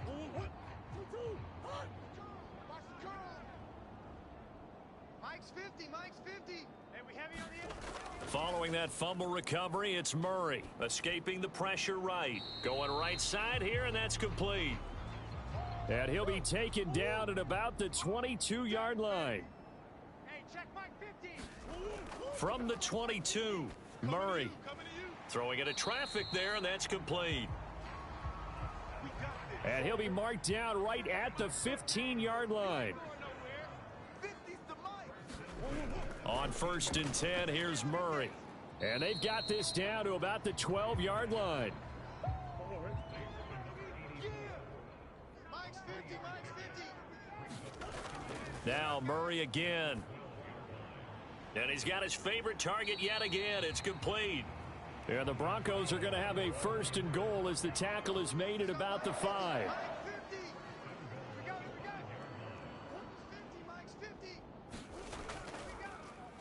From the gun, he'll hand this off. And he will take it in for a Bronco touchdown.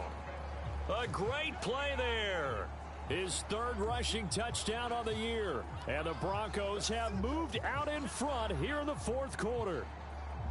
I wonder if he changed anything on his play sheet or they just executed better. Because they had 2 previous drives that ended in field goals. Before this one, they finally were able to put into the end zone. Well, whatever he did, speaking of the offensive coordinator, might be using that formula going forward. It worked there. Yeah, it worked very well. He and his field general in pretty good sync right now. They're starting to move the ball well.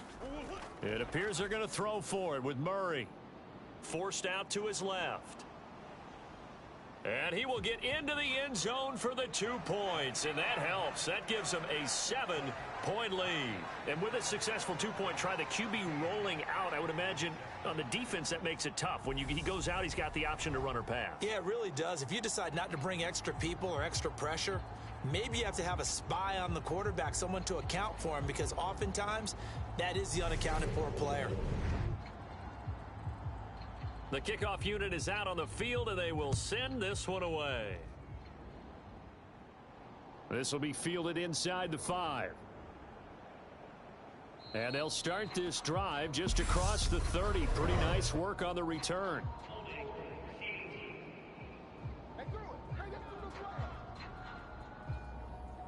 They were trying to create some space to run. They created the penalty. And you work on it so much. You work on it so hard. But it's tough to simulate game speed in practice. And that often runs you into a penalty. Working with 2nd and 5 now. Back to throw. And the Broncos get there and take him down. Taken down for the 5th time this game. Multiple defenders there to get him.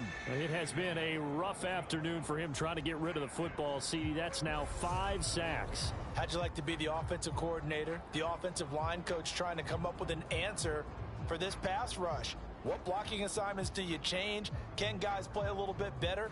And we're seeing the end result on the scoreboard. Long day in the pocket for their quarterback.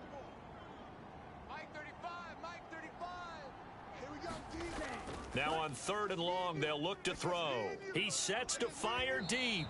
And that is incomplete, but a penalty flag coming in. This could be a 1st down.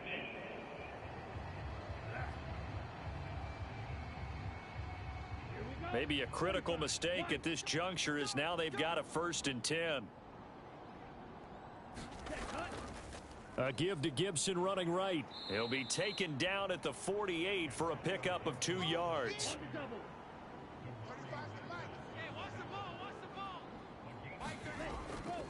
Gibson again. And this time they were ready for him as they'll stop him right at the line of scrimmage. They give those 2 yards right back, and now they're looking at a 3rd and 10. Seems pretty obvious defensively a key was stopping the run game. How have they done it so successfully? To me, it seems that these guys really did a nice job of paying attention during the scouting report meeting. And you know, Brandon, when they do those, they talk about the top plays that these guys like to run. The best runs for the top running back, those are the ones you focus on and want to take away. And they've done that pretty successfully in this game. A 3rd down now. Those last 2 plays indicative of how things have gone for them. Just nowhere to go on the ground and struggling to put up points. He'll get that complete to Albert O. And he is going to have the Raiders' 1st down as they're able to get the 3rd down conversion. This defense has certainly had an outstanding second half, haven't they? I know they just gave up a 1st down there, and for the offense, they're hoping that that's something that they can jumpstart with and maybe start to move the ball a little bit better. But it's been tough sledding for them here the entire second half. Clock running, under 4 to play now as they come up on 1st and 10.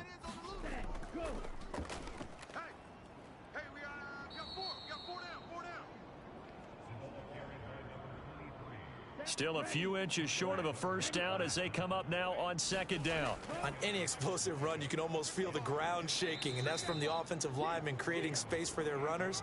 I had an old coach tell me before, they always told his runners, run around the offensive line in pregame. Get used to the ground shaking so you don't trip and fall when it happens in a game. That was good, tough running right up the middle, and if the defense can't penetrate and make him slow his pace or change direction, that's often the end result. The drive continues as they search for a tying touchdown. Here's 1st and 10. A handoff for Gibson. They stopped after only a yard, taking it down to the 14. Not a big run, not an explosive run, but they've held the ball for plenty of plays on this drive. They're just trying to impose their will on the defense right now. Now they'll switch it up here and look to throw. This will be caught just inside the 10. That was the 9th play of the drive, and they pick up 9 yards with it. Man, that's tough to play zone defense when they can just curl up right there in front of you. Yeah, absolutely. Well, we talk about finding the soft spot. Defensively, how do you make sure they don't find the soft spot like they did there? Tough to do, because what they normally will do is run routes that'll pull you out of that spot that they want to get into. That's what we call not taking the cheese, right? Don't go for the mousetrap. But it's hard to do because when you see a guy cutting that in that direction, you tend to go towards him. Back of the end zone. Could he get his feet down? No, it's incomplete. And that's going to be caught for a Raider touchdown. Chase Claypool, his first touchdown of the new season. And the Raiders are an extra point away from tying this game here in the final minutes. We are set up for a fantastic finish now. A fourth quarter touchdown here. We're an extra point away from a tie football game. And I know they're thinking about possibly going for two, but I'd go ahead and kick this one and just get it back to level. Carlson now to add the extra point.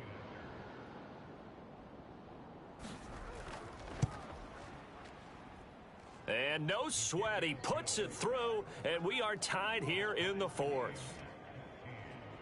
So that one a long 11-play drive.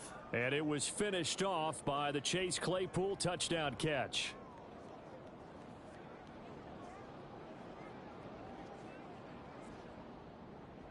This one tied at 14 now as he sends this one away. Taking it about the 1. And beyond the 20, but not by much. In fact, just a yard pass there to the 21.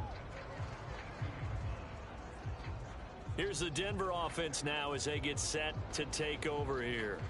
So both of these teams, Charles, coming off touchdowns now, but this offense, they just had to stand on the sideline, watch their opponent author a really impressive drive to reach the end zone.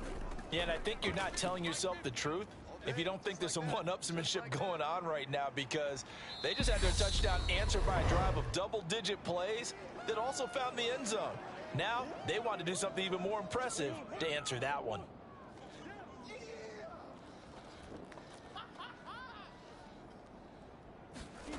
To throw is Murray. Now he'll dump it underneath to his running back, complete. And he'll get it up to the 33-yard line. Back to throw, Murray. And that'll be incomplete. So after the incompletion on first, now 2nd and 10. Murray to throw. Now they set up the screen. That's complete. And he maybe makes it back to the line of scrimmage. That's it. They'll get to the line here, but remember, it's also 3rd down. Oh, there's that man again. It's complete. And they're able to work this across midfield to the 48. First down now, but that clock rolling. Now he'll dump it underneath to his running back, complete. And he's going to be taken down just shy of the 35.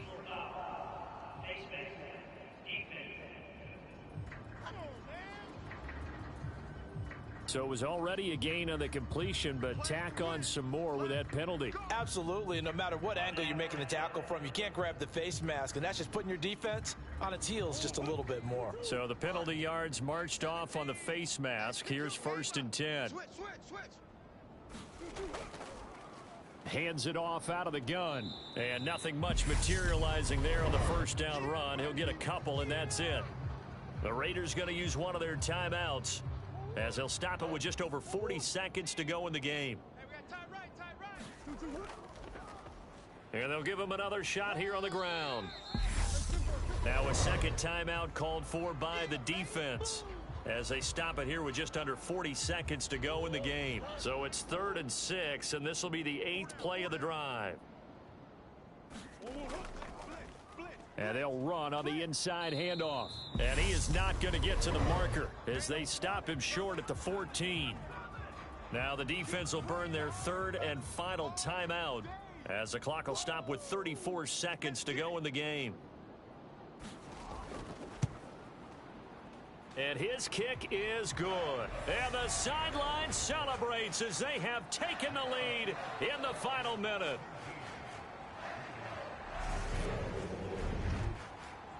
All right, so time to reset here. It's a huge kick there, gives them the lead, but they've got to be careful that their celebrations aren't a little too premature. You're exactly right about that, because there still is time for the other guys to run a few plays and get into field goal position. So this defense is going to need to come up with one final stop if they're going to get out of here with a victory.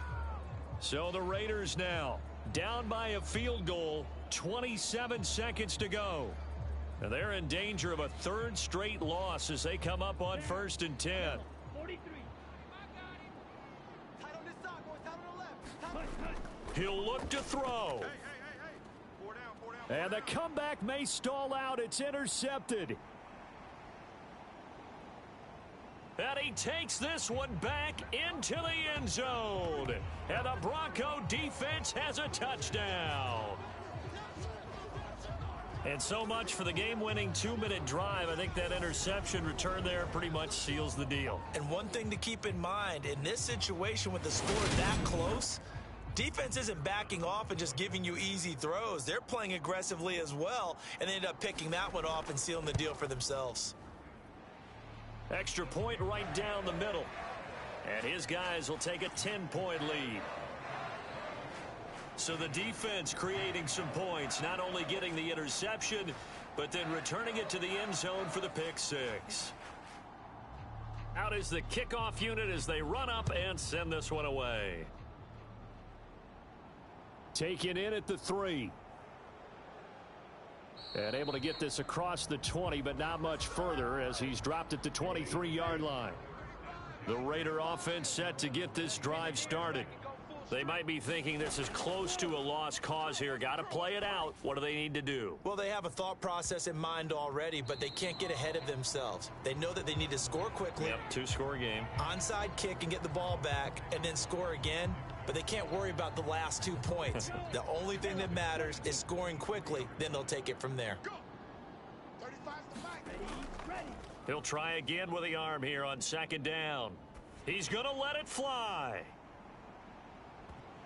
And that will be incomplete as time has run out on this football game.